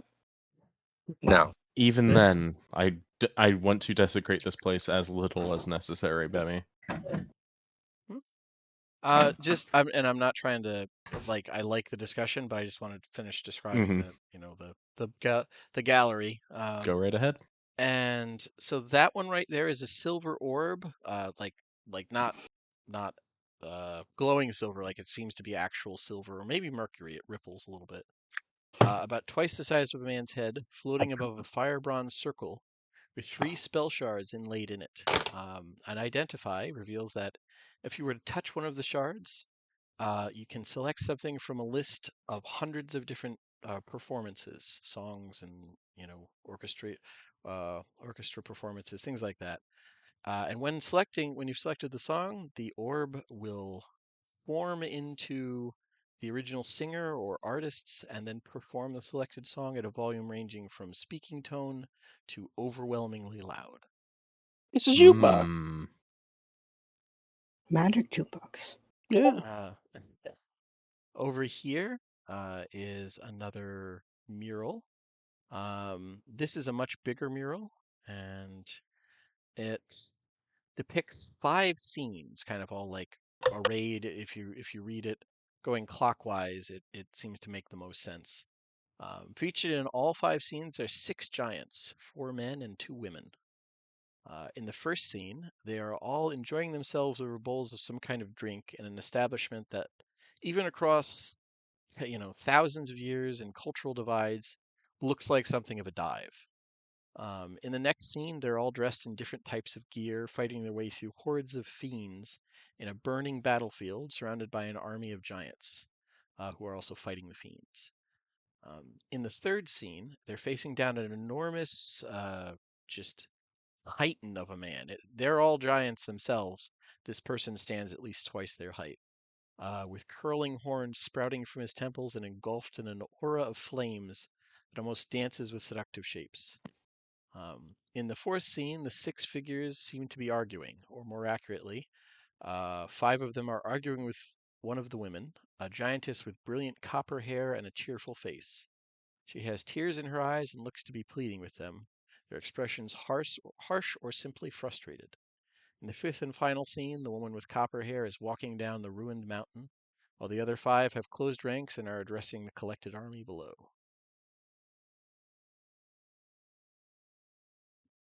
And the last of the items over here is a armband of the dawn.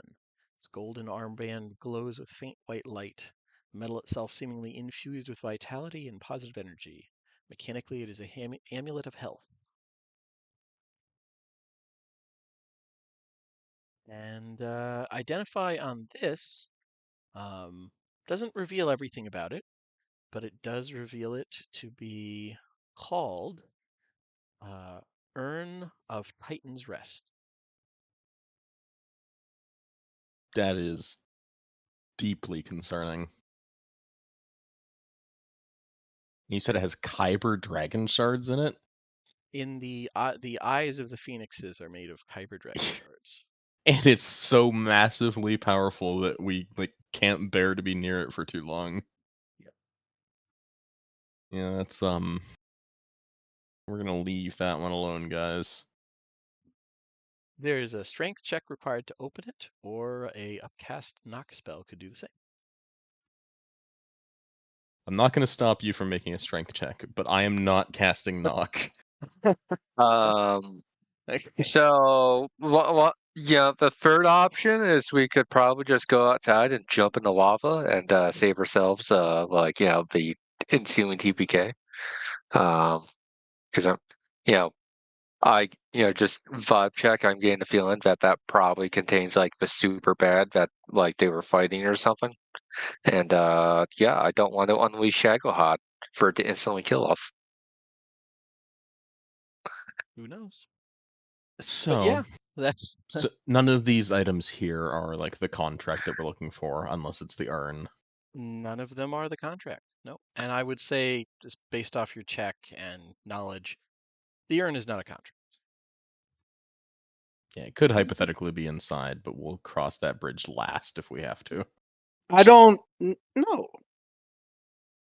Well, I don't know. I like that. Where it's like, there's a thought, and he's like, no. But So the path of complete honesty has gotten us this far. We could perhaps ask these curator constructs if we can return, well, if the contract is here, if we can take it to return it to the descendants of the contractees, because they need it to not die. okay, that is something to ponder for next session, as we are already 10 minutes over entirely because I wanted to read all the descriptions. That's fair. But yeah, thanks everybody for coming, and I hope this was fun. It was. Yeah, thanks for running. Yeah, thanks for running. Yeah, and Thanks for running. I will turn.